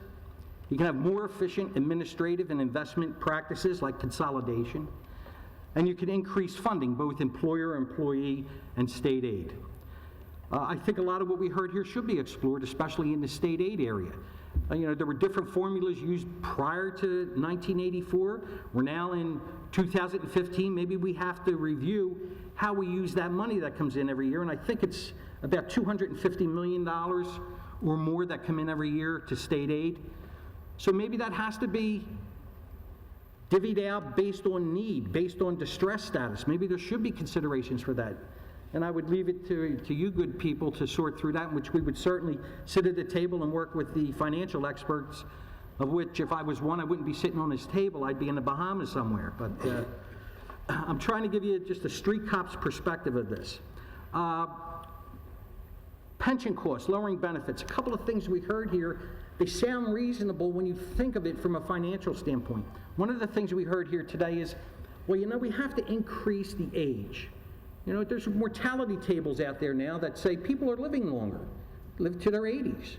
And believe me, there's hundreds of tables out there, from railroad workers to everybody else you can think of. And they have different ages. Well, we live longer, and that is true, and that's good. However, when you look at police officers, it's not how long are we living, because I think our mortality tables would show we die much earlier, just because of the type of job and the stress, both physically and psychologically, that we deal with. But do we really want older police officers and firefighters on the road. I mean, I was shocked when I heard him say mandatory 65. I don't want to see the average 65-year-old guy climbing up a ladder, trying to climb in the window to carry my children out of a house. It's a young man's profession, both firefighting and law enforcement. When we talk about 50, most people going into police service in their early 20s, 20 years on the job is a lot. And some people may think, well, I know it's a lot in the city of Pittsburgh and Philadelphia and the state police, but some people from a town with 3 or 4 or 5 police officers may think, well, geez, what's he have to do? Drive around the town, put the cows in the pasture, answer a little call here or there. What's that? What you don't realize, and maybe people do now, looking in today's environment, every car stop an officer makes is potentially a life-threatening issue for that officer, whether it's a traffic stop for a stop sign violation or he believes he may have a felon traveling through his community. And they don't just stay in the big cities, they do get out to the country areas. When that officer stops that car, he's trained from his early days on the police academy. People think, well, they just stop the car, give it the ticket. There's a whole protocol that goes through. We're calling that tag in so we can hear, is there a want or warrant on that vehicle or potential occupant? When we get out, we're watching everything that's happening in that car. We're watching for sudden movements. We're looking at the trunk to see if that trunk is coming up a little bit. Is there somebody potentially in there? As we approach the car, many times you might see an officer with his hand just resting on his weapon, not in a threatening manner, but he's preparing for action should it be needed and called for. As he approaches the car, he looks first into the back seat. Are there any passengers? Are there any weapons? As he moves forward, he's looking into the front seat. If you just have a driver, you only have one set of hands to watch. If you have a passenger, you now have 2. And you never know what car stop is going to turn into something that you wish it hadn't. Every night when you go on that alarm at 3 o'clock in the morning at the local Costco or wherever it is, your body is gearing up 100% for a stressful scenario, fight, flight. And we prepare for that 100 times a month, 1,000 times a year. And the regular physical demands, running down a suspect, physically fighting with suspects. That's why long ago, these laws were created, people saying, hey, probably 20, 25 years, that's enough. We don't want older police officers necessarily doing what we call road dog jobs, out patrolling, actually enforcing hands-on. Now, many officers, through their years of service will graduate up to investigative positions or administrative positions, and, that experience is critical there. But I think when we talk about age and we talk about increasing the age, I think we start impeding public safety, and I think that's why those age groups were initially put into place. Not because we want to be nice and only let people work 20 years and give them a pension, but because it's a public safety concern. Additionally, I heard a question about multipliers. What's the multiplier here in Pittsburgh? And I heard the number 2.5%. And when you think that they can retire at 20 years of service at a 50% pension, you do the math, 2.5%. What wasn't stated is that's a cap. And that's a cap placed on all police officers pretty much in Pennsylvania. I think there may be some exceptions with the state police, but all municipal, who we're talking about here today, most of them are capped in the city of Pittsburgh at a 50% pension, where I know in state government, you folks are familiar with your multiplier. I guess you can go up to 100% or 90%. I don't know what it is. When we hit 50%, we can gain no greater pension. So when you hear about spiking, when you hear about what's defined as salary, because it could be just base salary, it could be base salary plus longevity or base salary, longevity, and overtime, W-2.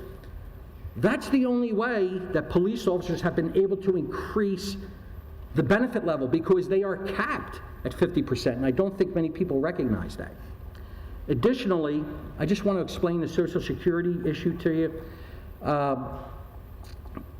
And it's most police officers in Pennsylvania. I think PERC, and you'll have to check with them to confirm, but I think they had come up with about a 3/4 of police officers in Pennsylvania are not covered by Social Security.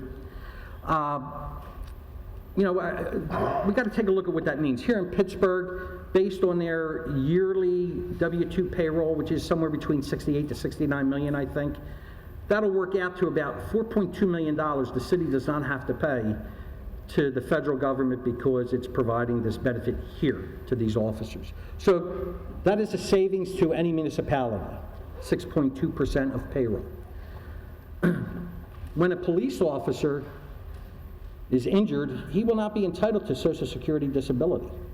When a police officer retires, he will not be entitled to Social Security unless he worked some outside employment, or after he retires, after the 20 years, he goes out and gets a regular job, labor, electrician, whatever. Now he can start paying into Social Security.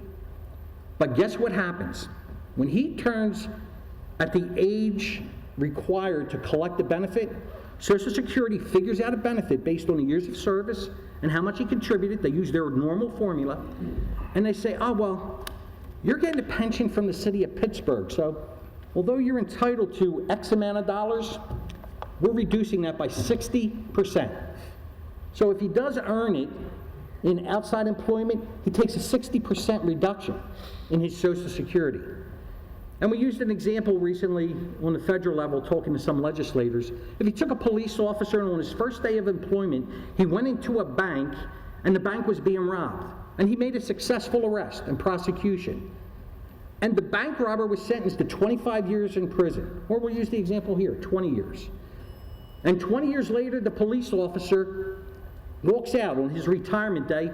The same day, the bank robber walks out of jail. They both served 20 years. They both go out and work for Macy's for the next 15 years. They both accrue a Social Security benefit. When it comes time to collect, the police officer, 60% reduction. So when there was talks about spiking, when there were talks about overtime, when those things have happened, that's part of the reason why, because of these caps and the failure to have these additional benefits. Additionally, Representative Grell's bill addressed a lot of this, and we sat with the municipal officials. I heard something about public sector unions being roadblocks. Again, I'm not a union, I'm a fraternal organization. But we've been sitting down with the Pennsylvania Municipal League for a year and a half, discussing this, going over it, working with them, going back and forth. And we've come to some agreements on some issues that we can work out. I've sat personally through several meetings with the Mayor of Allentown, Mayor Pulowski, who's done a fantastic job there, Mayor Gray in Lancaster, working on these very same issues. And if you looked at Representative Grell's prior bill and co-sponsor memo, and please, if you haven't, take a look at it. I know we might disagree on some of the benefits, and maybe there's some fine-tuning there we can do, but we addressed not only our members' concerns, we addressed municipal concerns that we heard. You'll see in Representative's bill that once you're in the new system, there is no collective bargaining for police pensions. It's set by statute then.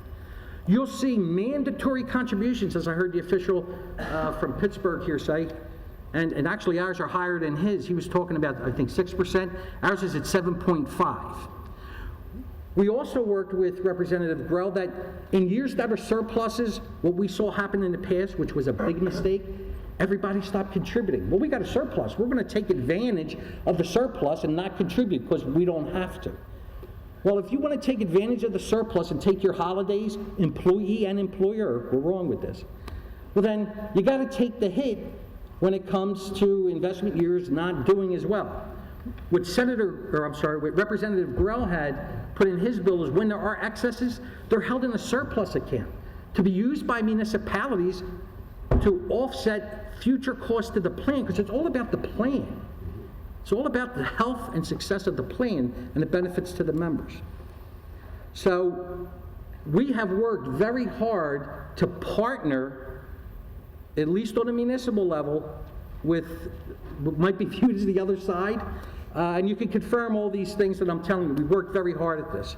And we are continuing to work at coming up to a solution. So at least from the Fraternal Order of Police perspective, our head is not in the sand. We're not a roadblock. We see the issues. I think we just have to fine-tune what the answer is. And I'm sorry I talk too much, and I apologize. It's very passionate for me. I get a little carried away. Thankfully, you are passionate. Mr. McQuinlan, I do apologize. I did actually have your bio. You are a 14-year veteran of the City of Pittsburgh Bureau of Police, and you currently hold the rank of patrolman. In addition to serving as an active police officer, you are an elected president of the FOP, Fort Pitt Lodge Number 1, representing 1,800 active and retired Pittsburgh police officers and their families. You have the floor. Yeah, I just want to thank everyone for allowing me to have the opportunity to be here. I get the pleasure of being last, and of course, everything's pretty much been talked about. I got to commend Councilwoman Rudiak. I can't say that there's nothing that I disagree with what she said, and I think she's pretty much spot on. Just the local flavor here, we've been under Act 47 for 10 years now, and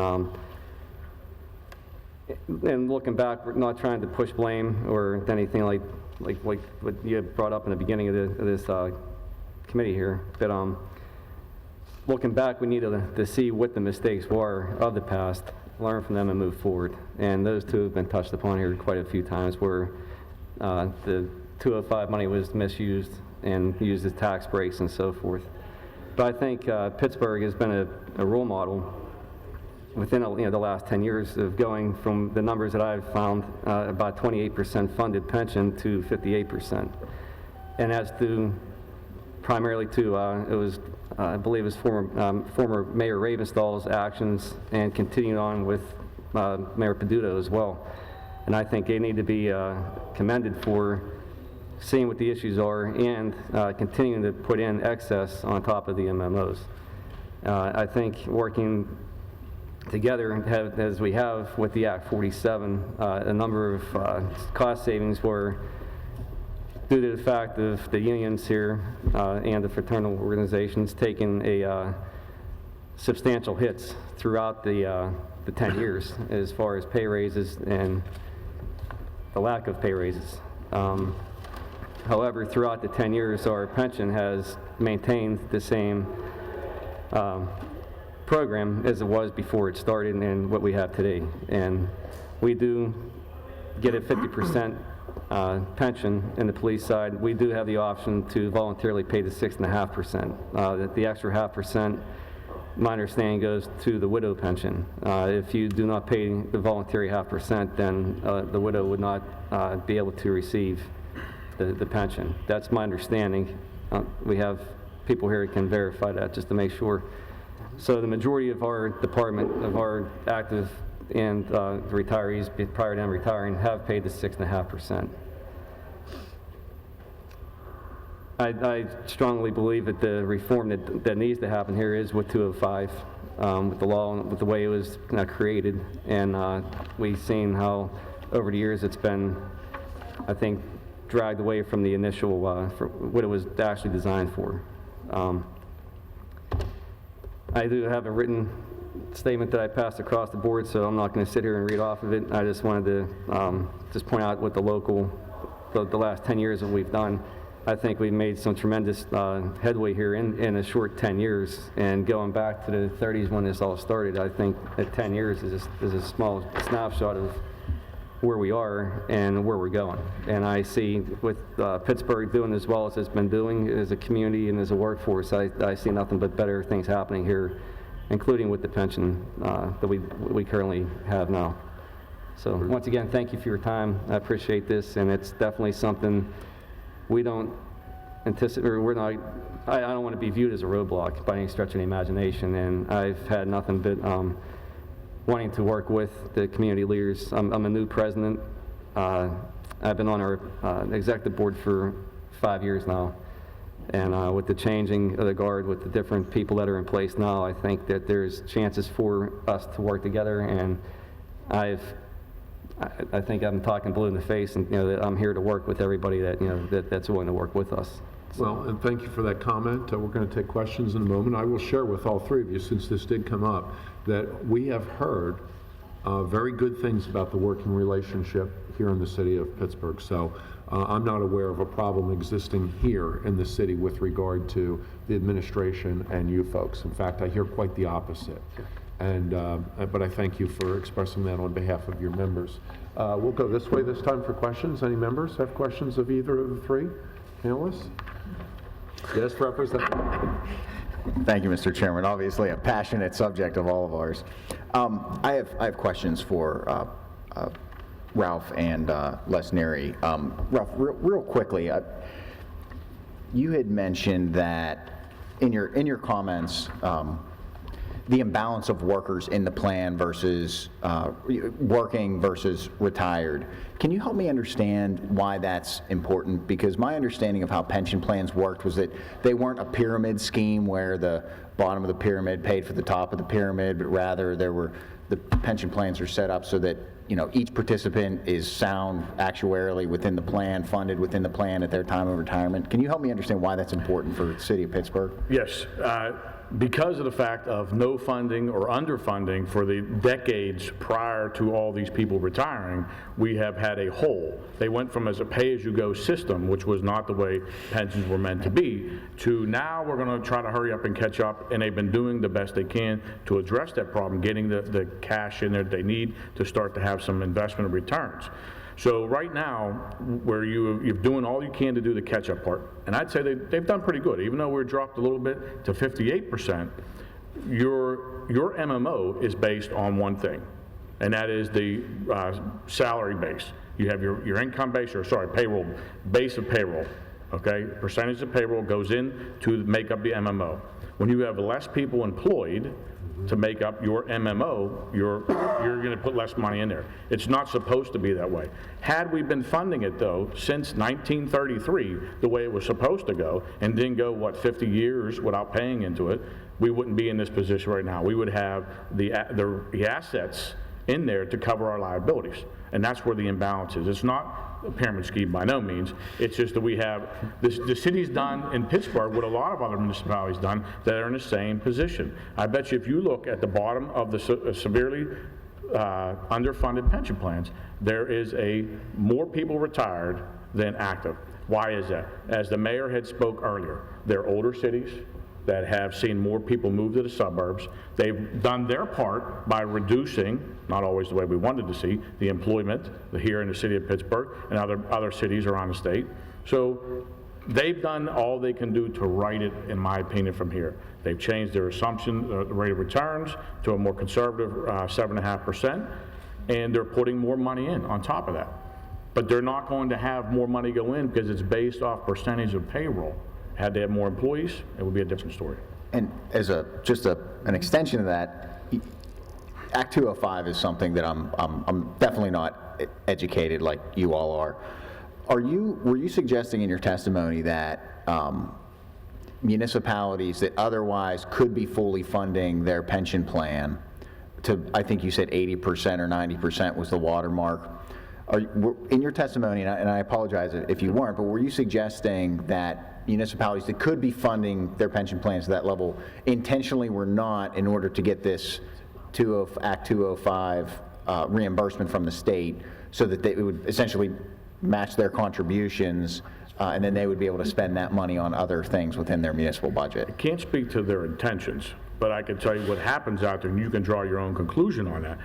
If the employer and the employee are not putting anything into the pension fund to make an MMO payment, and their state aid is covering what they would have put in there had they been contributing, that you can come to your own conclusion of what they're doing. Why shouldn't they be paying into the pension plan? Why shouldn't they be paying either the employee or the employer? If we talk about Social Security here, you don't get to not pay into Social Security. You have to pay in there no matter what's going on with it. So that's the point. You can come to the conclusion yourself with that.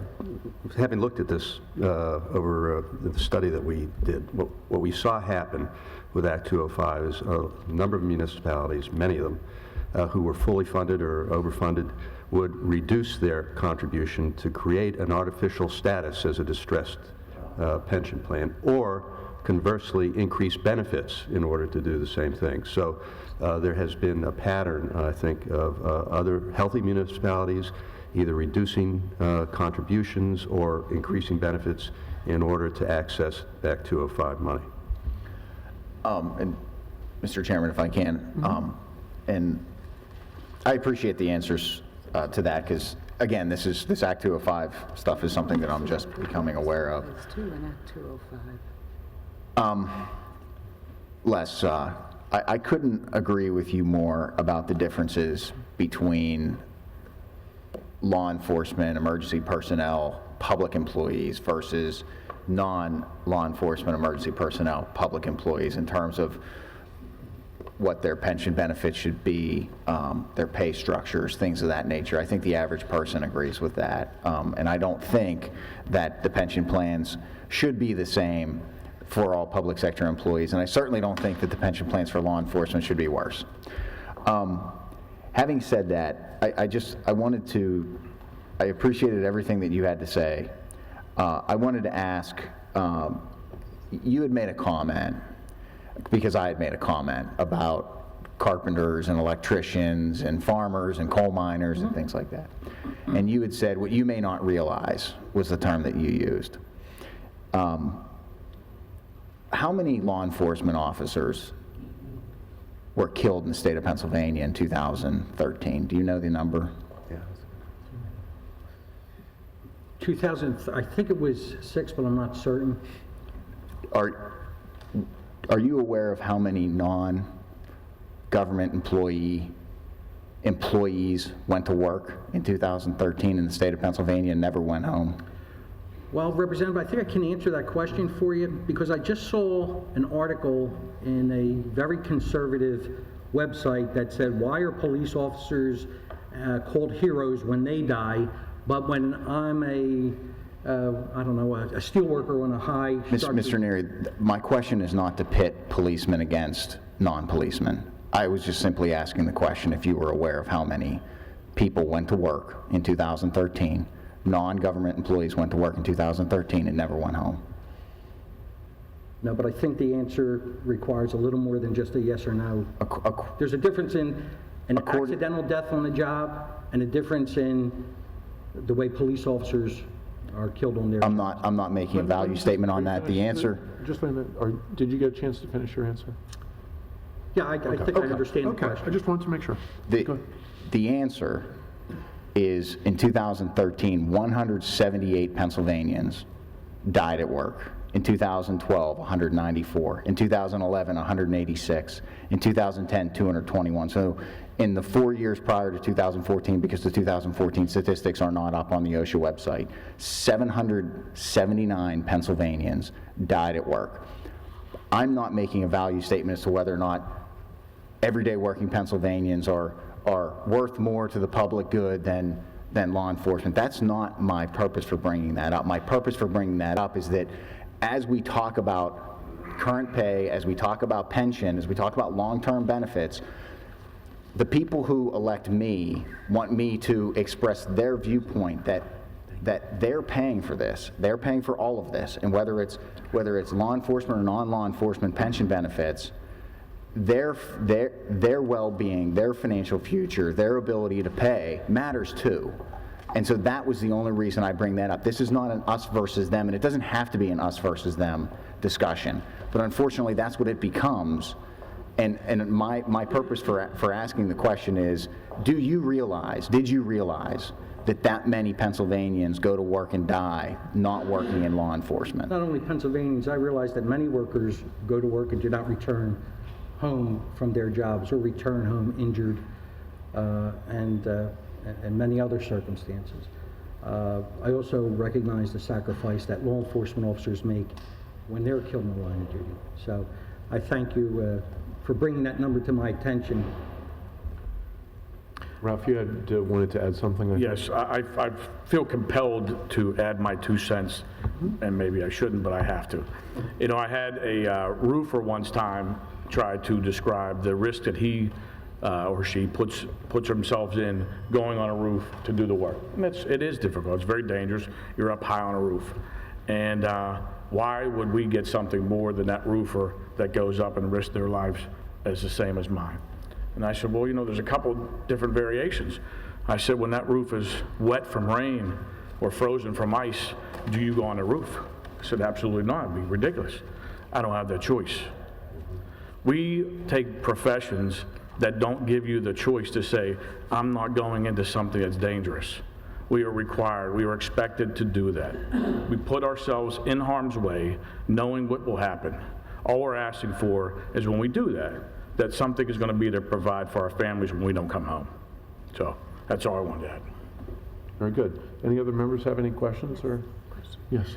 Thank you so much. Thank you, Mr. Chairman. This is my first Urban Affairs hearing. I was newly elected in November, so I appreciate this discussion, and especially as a younger person on the committee. I wanted to ask you, I have a number of friends who are firemen, police officers. One thing that I was really happy to hear from the mayor was talking about portability in plans. And I wanted to ask you, especially Howard as a current patrolman, what do you see from your men and women? How many of them stay with the police force here in Pittsburgh? How many of them leave to go to another municipality? How would that portability in that pension system be useful to you and your friends and your colleagues in the changing dynamics that we see within our economy, where maybe the husband or wife needs to move maybe to Philadelphia or Harrisburg to take another job, and they might need to find another police force or even fire department to work in? How might that portability option help you? It would open the already bleeding city to, I don't know who would actually stay here, to be honest with you. We have a mass exodus occurring on both ends of this department. We can't keep people here longer than 5 years, and we have people that have 15 years that are giving up a pension and leaving and going other places. So it would help us a lot, and not just in the city of Pittsburgh, but throughout the state of Pennsylvania. I think portability would be fantastic. I started in a smaller department and was fortunate enough to be full-time. I had to leave those years behind me and to come here. So I was the opposite of what's going on right now. I left another job and came here. This is where I wanted to be, and there's a number of people that are on our job now that would like to stay here. However, due to the significant others and school districts and so forth, that is what's driving them out of here, is to move out of the city. So in a nutshell, it would definitely benefit us as the employee. I think the employer would suffer, and I got to bring it up too because residency was an issue that was brought up here earlier. Residency is a big deal of why people are leaving here, and I think if we did have residency as an option to live outside the city, would actually keep a number of people here.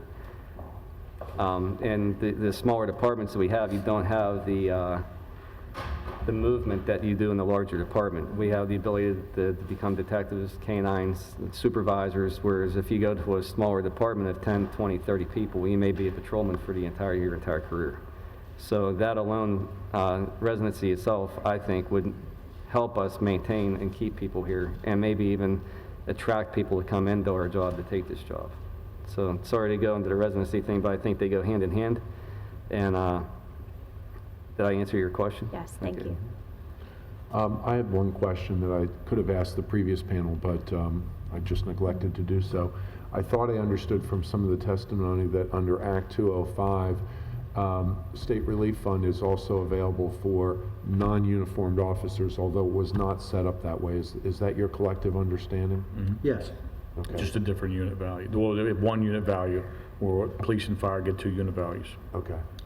That just determines how much a municipality is entitled to get. Once it gets its state aid check, prior to 1984, the only thing state aid could be used for was to fund police and fire pensions. After 1984, the municipal government could determine whether it wanted to put all, some, or none into police and fire. And it can do whatever it wants with the state aid money, as far as what pension plans it puts it in. Are you aware of any studies or information that shows how many municipalities apply some of that state aid to non-uniformed employees? Or is that something that could be obtained somewhere? I think probably PERC would have that, or Auditor General's office could provide that information. I just In their think that- audits, it would show. Yeah, I think that's something that would be useful as we go forward to hear. Why don't we shift to the last panel? I know we're running a little late, but we're collecting incredibly valuable information. And so I can't thank all three of you enough for what you do for Pennsylvanians, particularly our public safety officers, and you represent your units very well, and I'm always happy to see you here at the table with us trying to solve this problem. Thank you so much. Thank you for having us. Thank you, Mr. Chair. Our next panel That's okay. are a group of experts that I think we're going to get some important factual information from. We have Brian Jansen, who is he's Vice President of the Allegheny Conference on Community Development and the Executive Director of the Pennsylvania Economy League of Greater Pittsburgh, where he manages the Strengthening Communities agenda. His responsibilities include developing and managing a strategy to advance municipal pension and binding arbitration reform. He was instrumental in re-engineering Allegheny County government in the 1990s.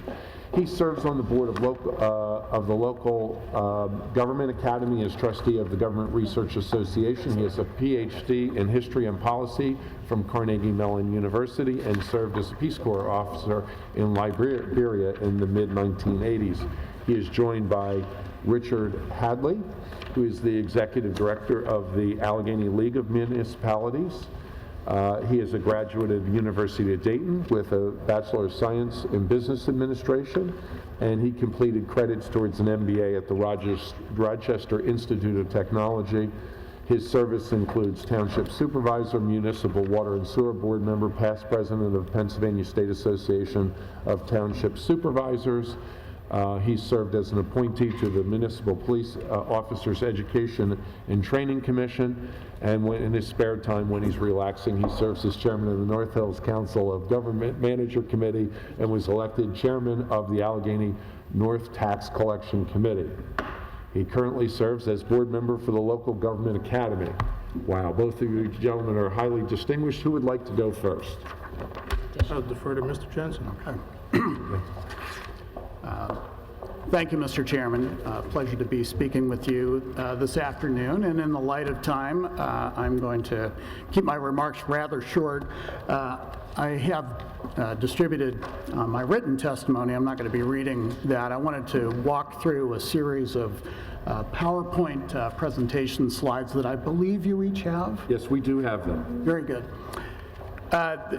Just a little bit about the Allegheny Conference and the Economy League in respect to municipal pension reform. We've been working on this issue now for probably 8 years, researching the issue. I believe Representative Frankel mentioned a Institute of Politics report that we were both involved in some years ago. So there's been a lot of work done on this over the years in terms of research, and I just wanted to present a few of our findings. Very good. First off, I just wanted to point out that Pennsylvania has officially 27 distressed municipalities under Act 47, but in addition to that, Pittsburgh is actually under an additional oversight board. Philadelphia is under its own oversight board. Reading, Harrisburg, and Altoona recently came into Act 47, but there are many, many municipalities out there that are distressed, but not officially distressed under Pennsylvania legislation. And that means that if somebody wanted to challenge them, they very well could be in Act 47. It's just that their municipal governments nor the populace of those municipalities has chosen to challenge their involvement in Act 47. So the point of all this is that there are many, many municipalities out there with lots of financial difficulties. And there are two primary reasons for those financial difficulties. Act 111 is the primary reason. Our binding arbitration laws in Pennsylvania are scaled very unfavorably towards the employer, scaled much more favorably towards the employee, and that issue also needs to be addressed. But also, our firefighter and police pension laws in Pennsylvania are skewed in the favor of the employee, not in the favor of the employer. There's a chart in the packet. It's a bunch of blue lines with some red lines over on the left-hand side, and these are the wage rates, average wage rates, that have come out of either binding arbitration or out of Act 47. And what you'll see there is that under Act 47, where there are some safeguards on wage increases, that on the whole, those Act 47 municipalities have been able to keep their firefighter and police wage rates under the CPI. But if you take a look on the right-hand side, you'll see all those blue bars, and that's what happens if you simply go to binding arbitration.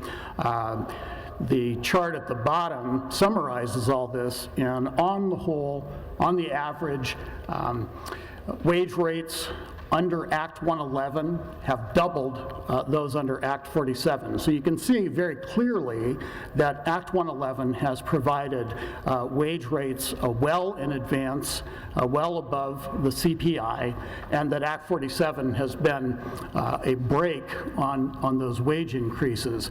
This is important here in the city of Pittsburgh because it really shows that if the city of Pittsburgh were not under Act 47, the city would also be most likely paying the kind of wage rates that have been seen across the Commonwealth. In fact, there was a very recent Pittsburgh fighter negotiation, which was successfully concluded at a wage rate considerably below the CPI, but you could compare that to a city of Scranton or Clairton, where those rates are more up in the 4% and 5% range under Act 111. Turning now directly to the pension problem, you'll see a chart, two bar charts, some green layers there and a blue layer on the bottom. So in 2014, that's the left-hand bar chart, you will see about a $60 billion unfunded liability for all levels of government. So this is for the state's share of the public school employees' pensions. It also shows the local share, the school district's share of the public school employees. You'll see another band there. The blue band are the state employees under SERS, and then finally up at the top you'll see that red striped band, and those are the municipalities. So $60 billion in unfunded liabilities in 2014. Fast forward to 2018, and those unfunded liabilities are calculated to increase to $69 billion. That's a 15% increase in 4 years. These kinds of figures are simply unsustainable. The chart below that, I believe, is an even scarier chart, because just like your mortgage, you don't have to pay off your mortgage in a single year, but you do have to make payments on that mortgage. And you can see our mortgage in the state of Pennsylvania increasing dramatically year after year after year, and those increases do not end until, at this point, 2035. They're projected currently to max out. That number could change and the year could change as conditions change. Importantly, the figure never gets back down to the annual payments that we have to make currently, ever, as far as we know.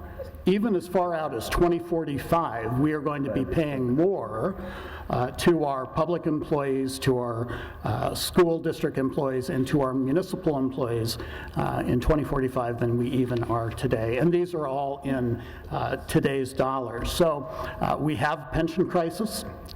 The pension crisis is not going to go away.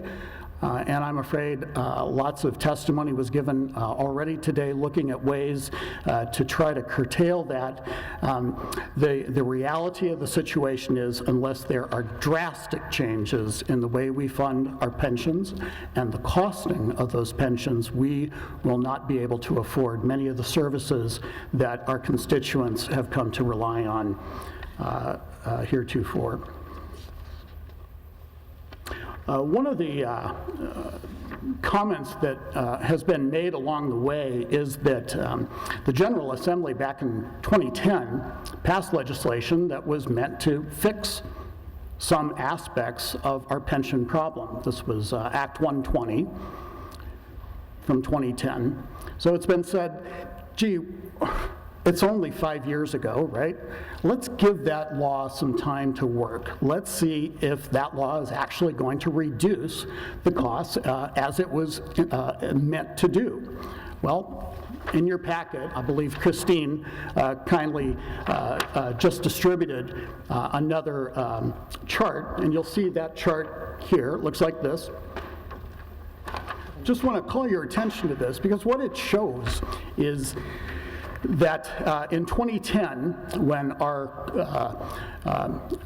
the ARC was due, it was a huge amount, and the green dashed line shows a cliff that we were approaching, which showed by 2014, actually 2015, right now, we would have more than tripled the amount that our school districts and our municipalities would have to pay into CSRS and PSRS. Well, Act 120 was passed, made some changes, but primarily those changes smoothed the amount that was required to be paid into those pension plans, and in that smoothing extended the period of time to pay down those plans. The long and short of it is that Act 120 has not removed the pension problem. It has only extended the pension problem. Act 120 is not a solution to the problem. Act 120 bravely attempted to make some more aggressive changes. Those changes were not approved, and so we have relatively minor changes in the law as a result of that.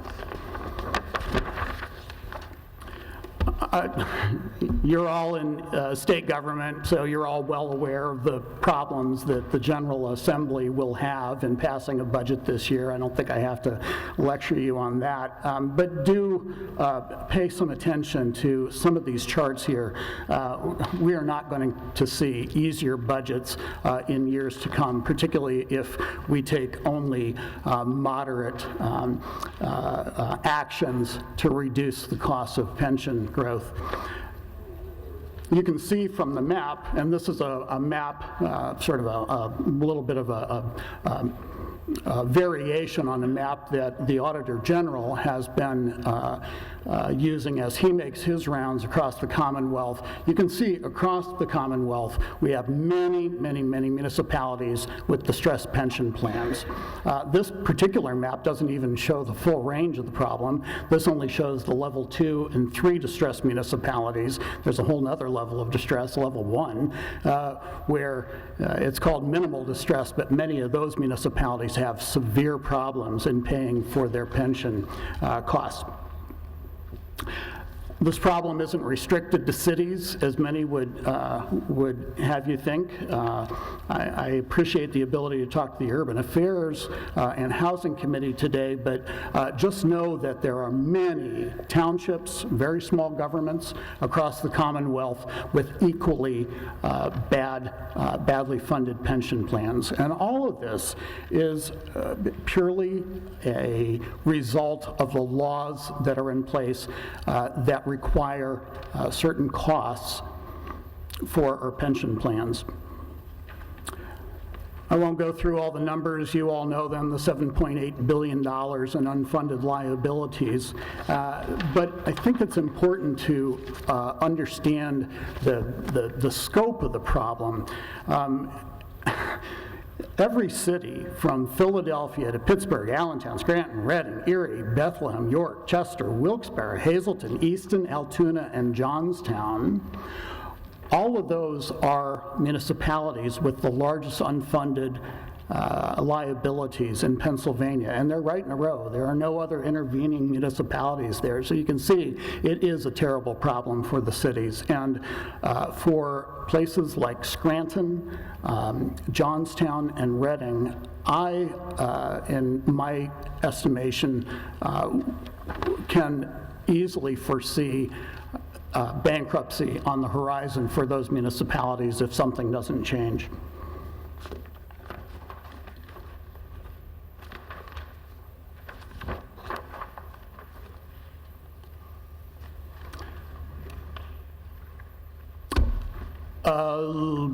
Council President Kraus touched on the issue of age, retirement age, in his testimony.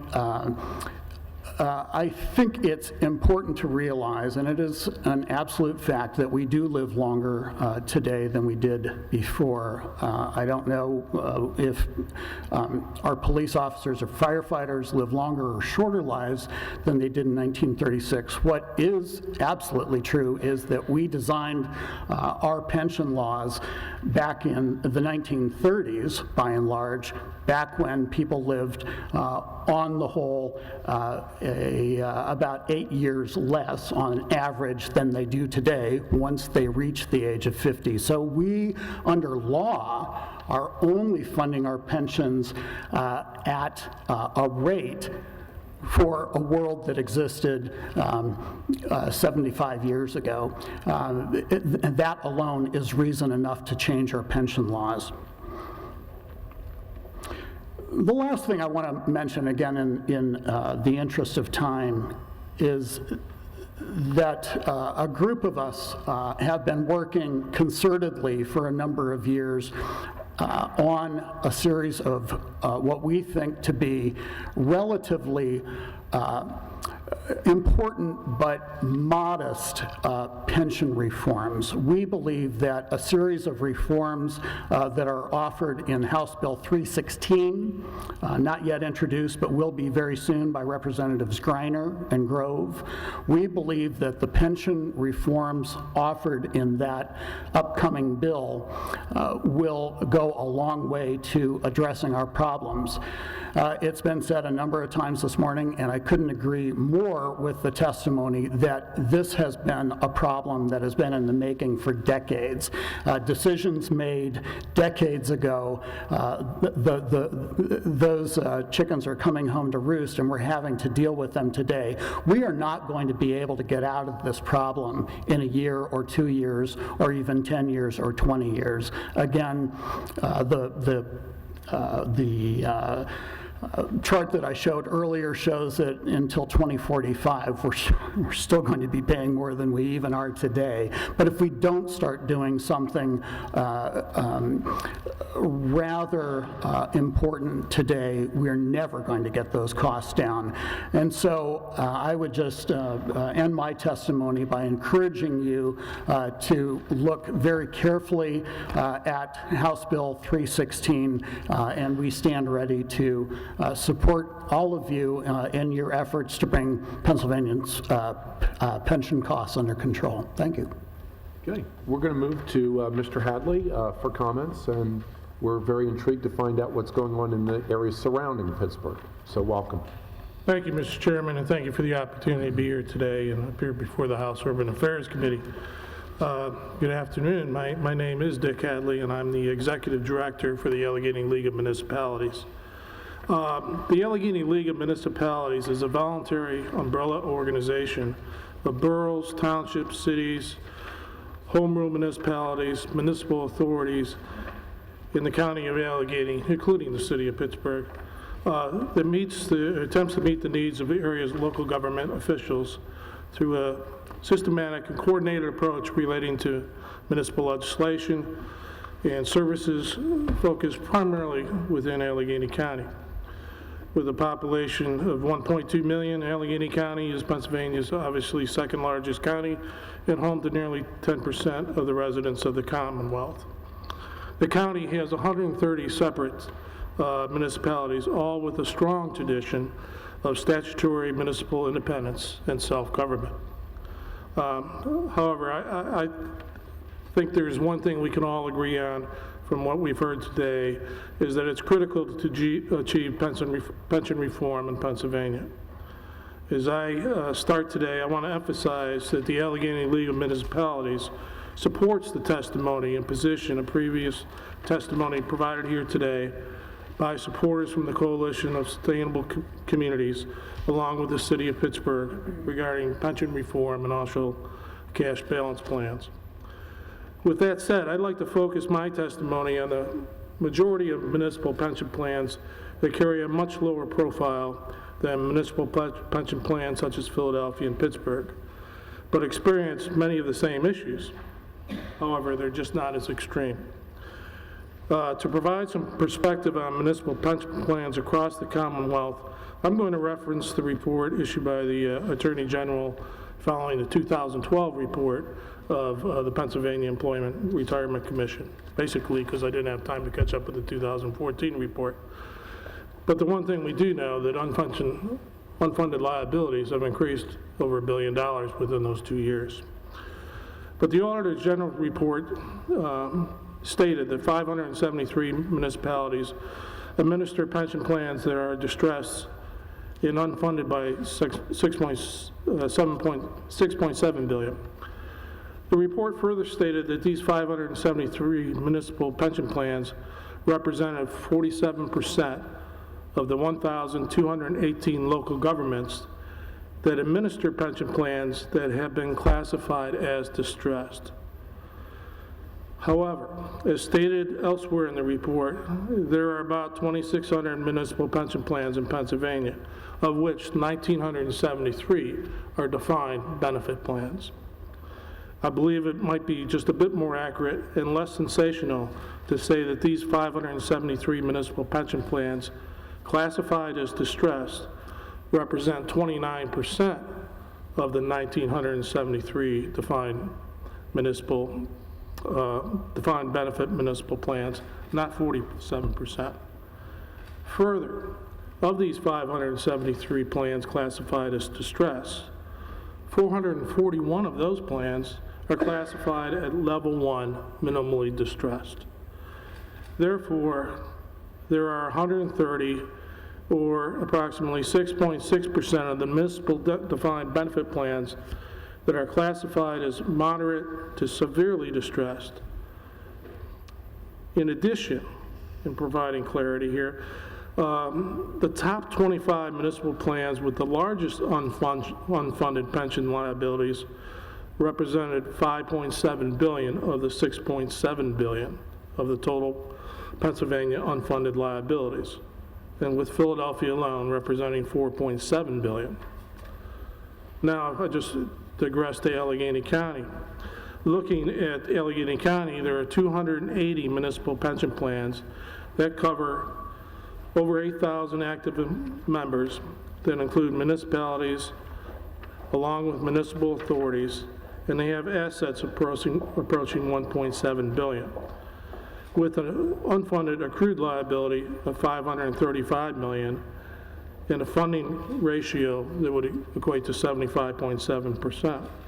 Here too, if we back out the City of Pittsburgh, who operates 3 defined benefit plans covering over 3,000 employees, with an unfunded liability of $380 million at that point, and a funding ratio of 62.4%, we see a much different scenario.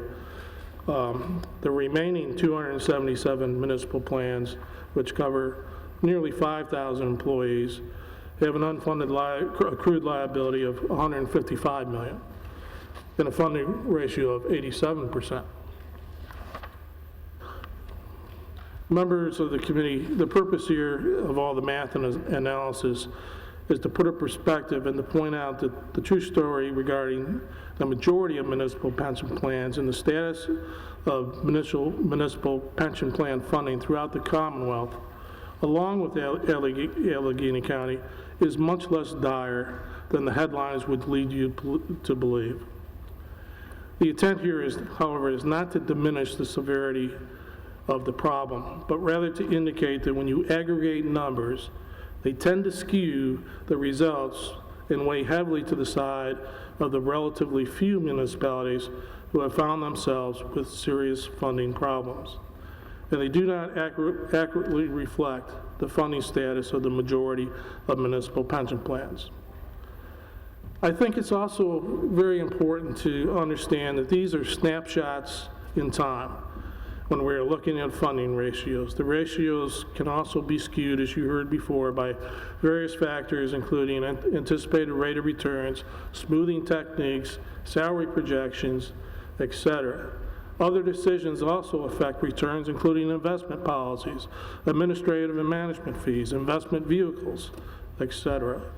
While there is legislation governing the rules and obligation of these plans, legislation covering the governance of these municipal pension plans is best vague and based on the classification of the municipality, and then defers to the municipality for governance and operation through either an elected body, or through the elected body, or a committee appointed by the elected body. The one constant, regardless of municipal classification, is the fact that the fiduciary responsibility for these plans falls squarely on the elected officials of that municipality. And I could not stress more today than the need for enhanced educational opportunities for elected and appointed officials in managing and administrating municipal pension plans. And that's where a lot of the work the League is attempting to move towards here in Western Pennsylvania. With regard to cash balance plans, frankly, any plan that moves away from the parameters of our current defined benefit plans with unfunded mandates and arbitration awards, which both tend to bestow benefits that fail to even consider a municipality's ability to afford, would be a step in the right direction. In fact, we would support the capping of pension benefits at existing levels and the removal of municipal pensions from the collective bargaining process altogether, along with providing portability for municipal employees to move from one plan to another. Regardless of the size or financial condition of any municipality, the fact is that the ability to sustain and pay for these defined benefit plans is a burden on the taxpayer that continues to spiral upward in a negative fashion, impacting the level and quality of services a municipality is able to deliver to their constituents, and this trend will only continue. I want to thank you for the opportunity to share my comments with you today, and be glad to answer any questions that you have. Very good. Representative Costa. Thank you, Mr. Chairman. I'm not sure if the other 66 counties have a league of municipalities, but we're very fortunate in Allegheny County. As Dick mentioned, we have 130 municipalities. Excuse me. And the league is very beneficial to not only the municipalities to help them with saving costs and ideas. It also helps the elected officials get educated, and they do a great job. As I said, we're very fortunate to have some. But Dick, my question to you is, you've heard some of the testimony that 69% of our pension funds are 10 employees or less, or 10 people or less. Would it be beneficial, and do you think your organization would be okay with if PMR could handle it, I don't want to say mandate, but if we say that if you have X amount of employees or less, then you need to be part of this system to reduce some of the administration costs.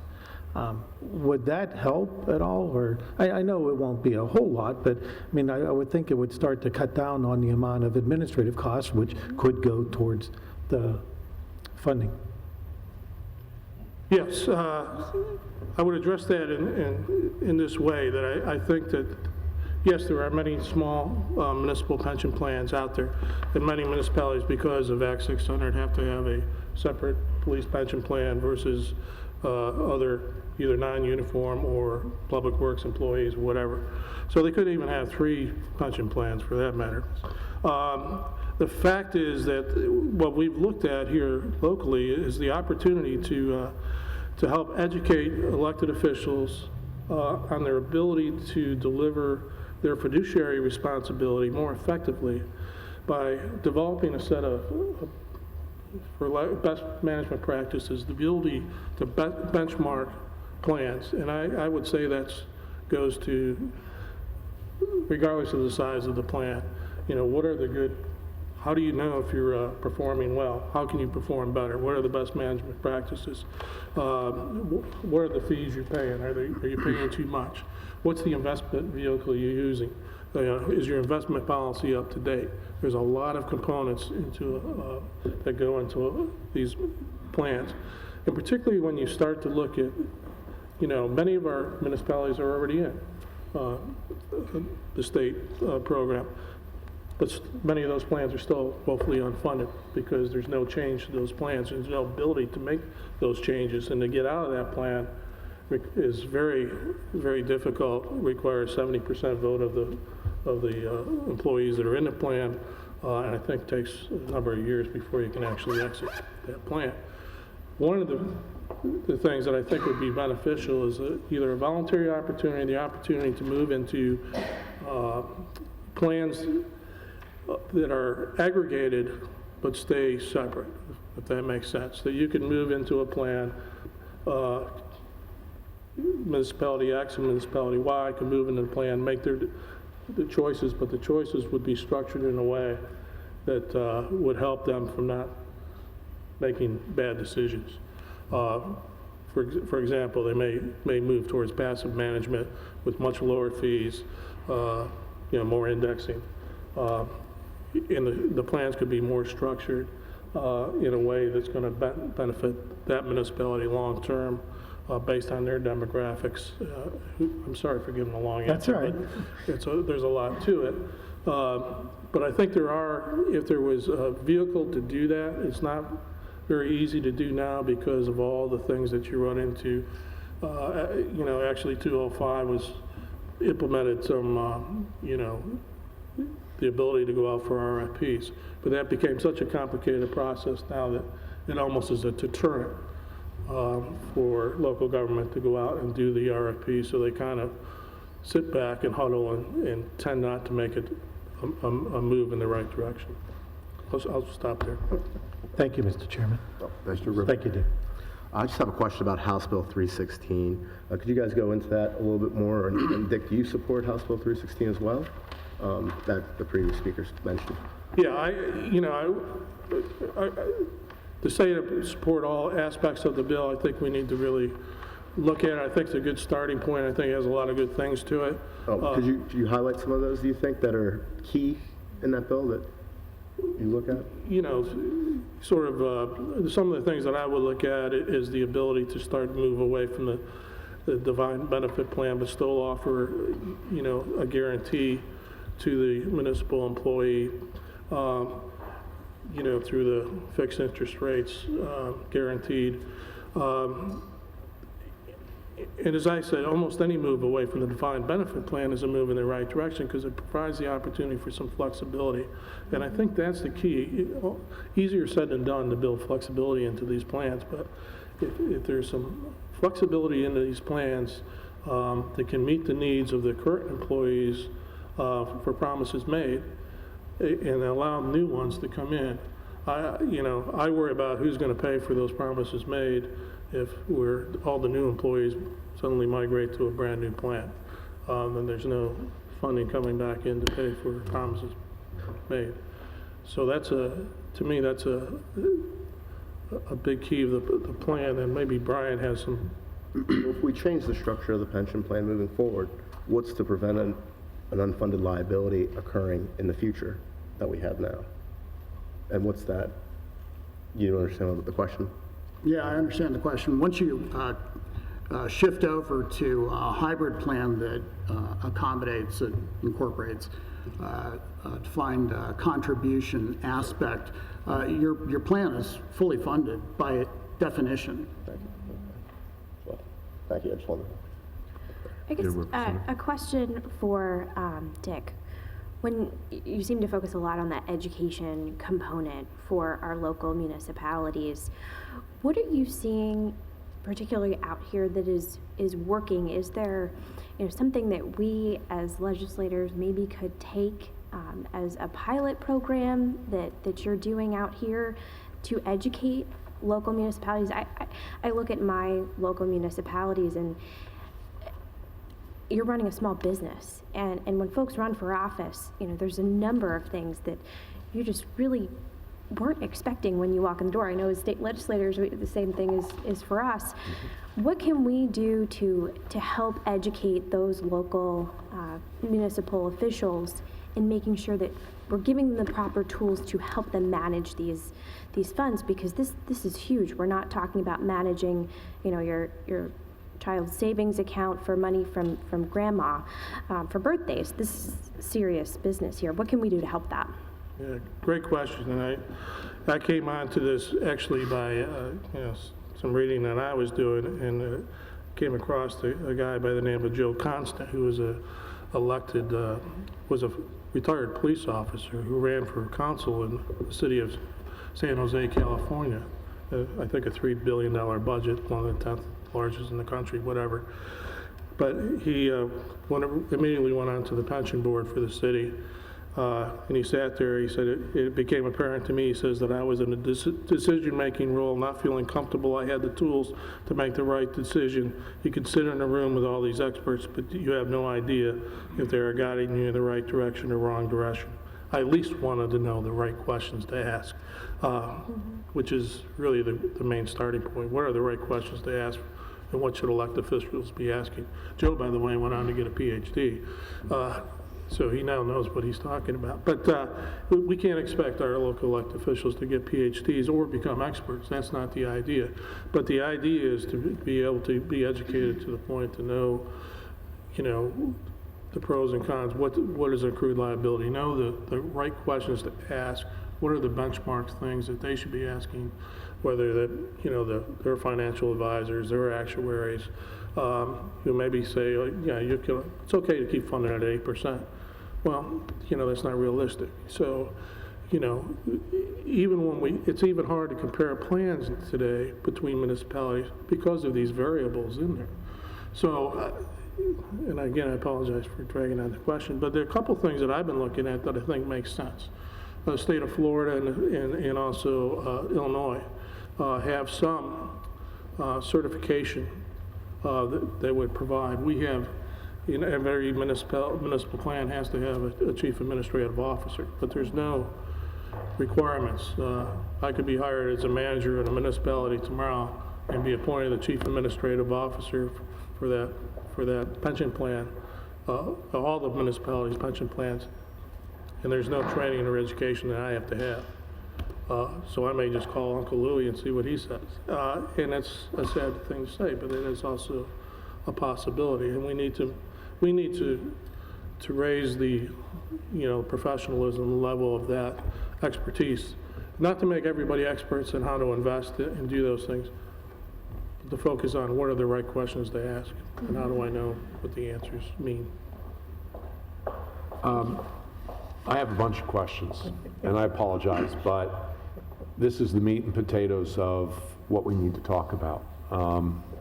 So, we'll start, if I can, with Mr. Jensen. You make a comment in your notes that I thought was very crucial to understand, and that is that you say most Pennsylvania municipalities do not follow GAAP in their financial reports. Right.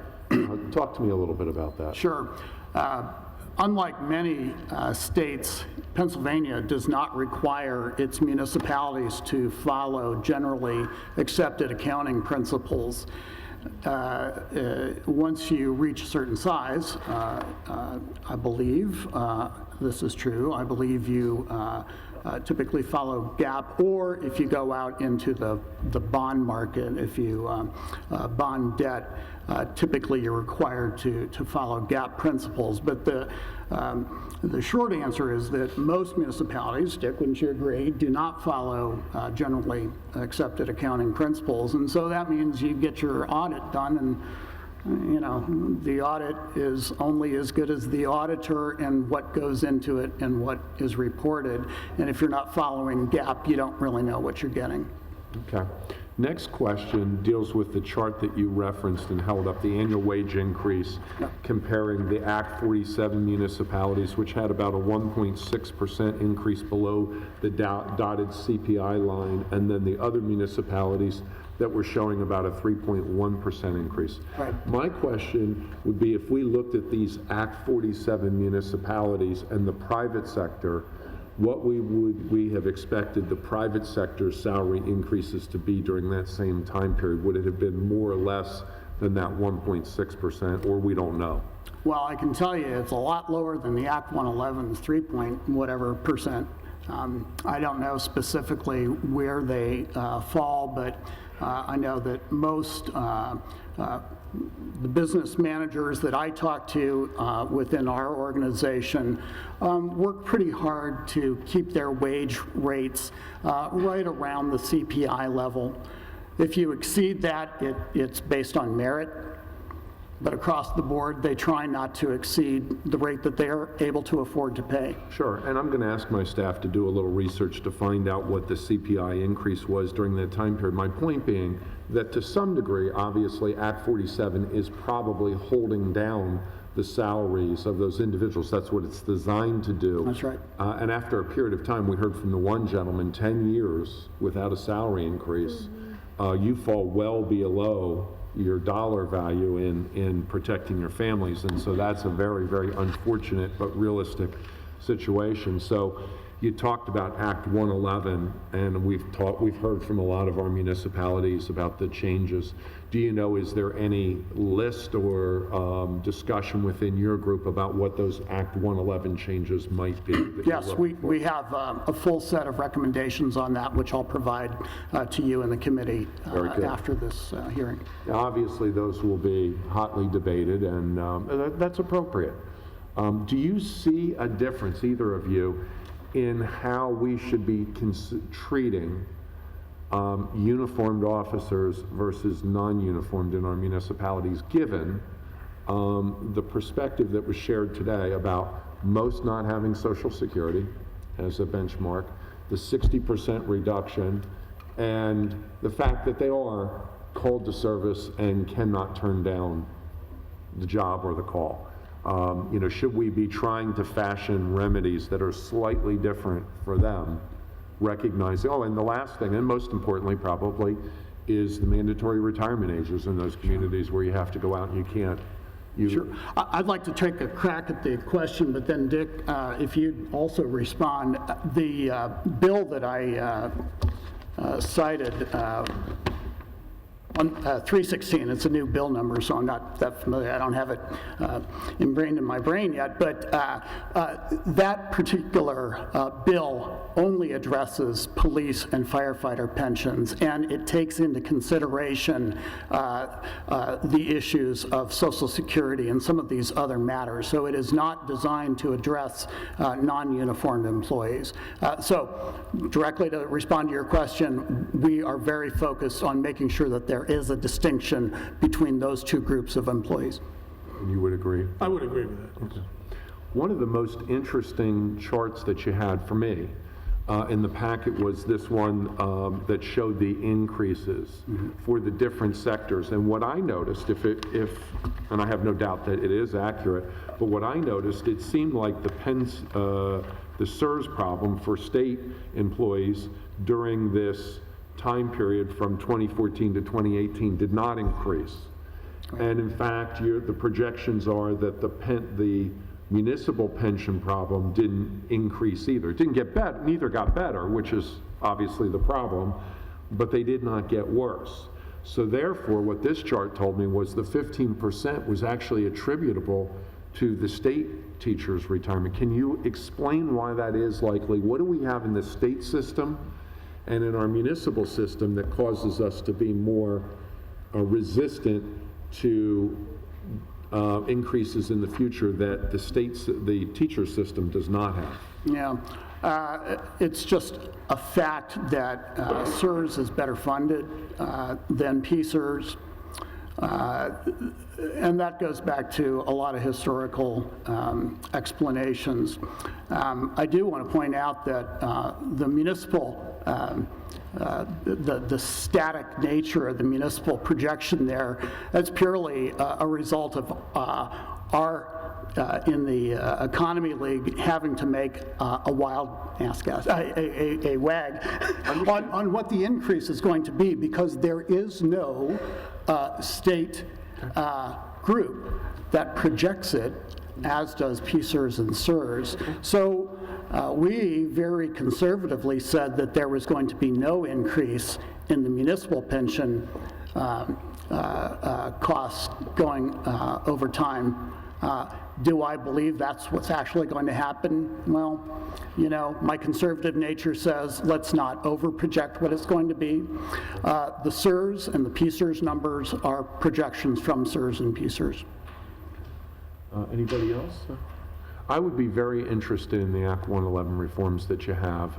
It's not certainly been discussed heavily today, but I know, having served on local government last time, that became an issue as the Representative Grove's bill was being considered about what those reforms were, whether they had been well discussed and debated. And a big part of this process, of course, is education. And today we've had a tremendous education from an unbelievable panel. The sense I walked out of here with is that everybody's at the table, as we were today. It's certainly not a partisan issue. There's a little bit of an issue between rural and city, and there's a lot of things to deal with. I'm going to make some closing comments in a second, but before I do so, do any of you have any closing comments you would like to make? Again, I just want to thank you for bringing the committee here to the city of Pittsburgh and bringing light, obviously, more light to the subject. So Representative, you're always a great host, and you are very proud of your city, as you should be. Either of you gentlemen? Yeah. I guess I would just like to thank the chairman for bringing this up as our first issue on the Urban Affairs Committee. As a younger member of the state legislature, I'm really encouraged that we have folks here around the table talking about this issue, because I think for years and years and years we've kicked this can down the road, and unfortunately that can is now going to be in my lap. And I remember playing kick the can when I was a kid, and we need to stop doing it up here in the state legislature. So thank you so much for making this a top issue, and I really look forward to helping solve this big issue that's facing our state. I hope we can. I hope we can. So what I'm going to just observe in closing is that we have a lot of work to do. And my sense is that because of the uniqueness of the problem and the bargaining units and the makeup, size, all of those factors, that in the end, one size isn't going to fit all. What our job will be as legislators is to bring a package of bills to the table that can be considered, and understanding we probably cannot and should not mandate to individual municipalities exactly how they're going to solve their problem, and that's why this gets very tricky. We're going to need to discuss a lot, because we have police and fire that have some unique issues just by the way of their other compensation and forms of compensation that we have to address. And in the end, all employees have to be protected. I mean, can you imagine what the state and what we would have to deal with if a plan goes under and you have people who have fulfilled their end of the obligation? I remember being, as a very young representative, one of the worst meetings I ever had to go to was in the Allentown area, and residents of my district had been notified by U.S. Steel that their pensions had been substantially cut. And these were folks that were now in their senior years. They had fulfilled all the requirements of their job responsibilities, had planned their whole retirements or their lifestyles on their retirements, which were slashed to 18% and 10%. And they all came in and asked the question, what do we do? I had no answers. I can't think of anything worse that we would have to deal with in Harrisburg to bail out a fund that involved municipal workers. I just can't imagine the horror. I think we would almost have to, but the reality is we don't have the money. So here's what I've identified as some of the things that we may have to look at and study. The State Aid Act 205 seems to be problematic. MMO payments and how they're calculated and whether they're enforced and whether there's gamesmanship that can occur within that. The availability or non-availability of Social Security with respect to certain employees. Transparency, which we didn't really talk about, but you raise in your documents. The thing you mentioned, education of municipalities. Financial disclosures. Financial accounting standards. Possibly the drop, which is also contained in Act 205. My able executive director found that as we were sitting here. Fractured administration of pensions. We heard today that Pennsylvania has many more statistically than the rest of the country. Formula issues with regard to retirement benefits, retirement ages. Distinctions between uniformed and non-uniformed employees, distinctions between public safety officers and others, types of plans, what do we do with new hires, what happens to the issue you brought up, what happens to the cash flow of the existing plans based upon those new plans you structure. What do we do when municipalities don't make their payments? What's the punishment? Who's the policeman? I will share with you the Auditor General, to his credit, has indicated to me that he would be willing to step up to the plate to be that policeman. And then finally, PERC and its resources. What resources does the Pennsylvania Employment Retirement Commission have, and what funding might they need in order to examine plans and comment on plans and then deal with enforcement issues? So, ladies and gentlemen, we have a mess on our hands. Thank you for your testimony, and all the presenters today that put an eye on this will continue to go around the state to see how Representative Costa, your area may or may not differ from other areas as to where their solutions would be. We heard some cautionary comments, which I take to heart, about what happens when municipalities or government bodies sell assets that are creating revenue. And in the case of Pittsburgh, it looks like they evaluated and decided it was a bad deal. I anticipate we're going to hear from at least the Allentown mayor and maybe other people that it worked in their case and the sky didn't cave in. So again, we're going to have to grant flexibility to municipalities. And so with that, we'll conclude today's hearing. And would you extend my agreement with Representative Calder-Jerome that we will be visiting his area as well. I know he wanted to be here as well because he's very, very passionate about this issue. And to your comment, welcome to the committee. I bet you never thought that we'd be tackling such a difficult issue right out of the get-go, but I look forward to your wisdom. Thank you. Very good. That we're concluded.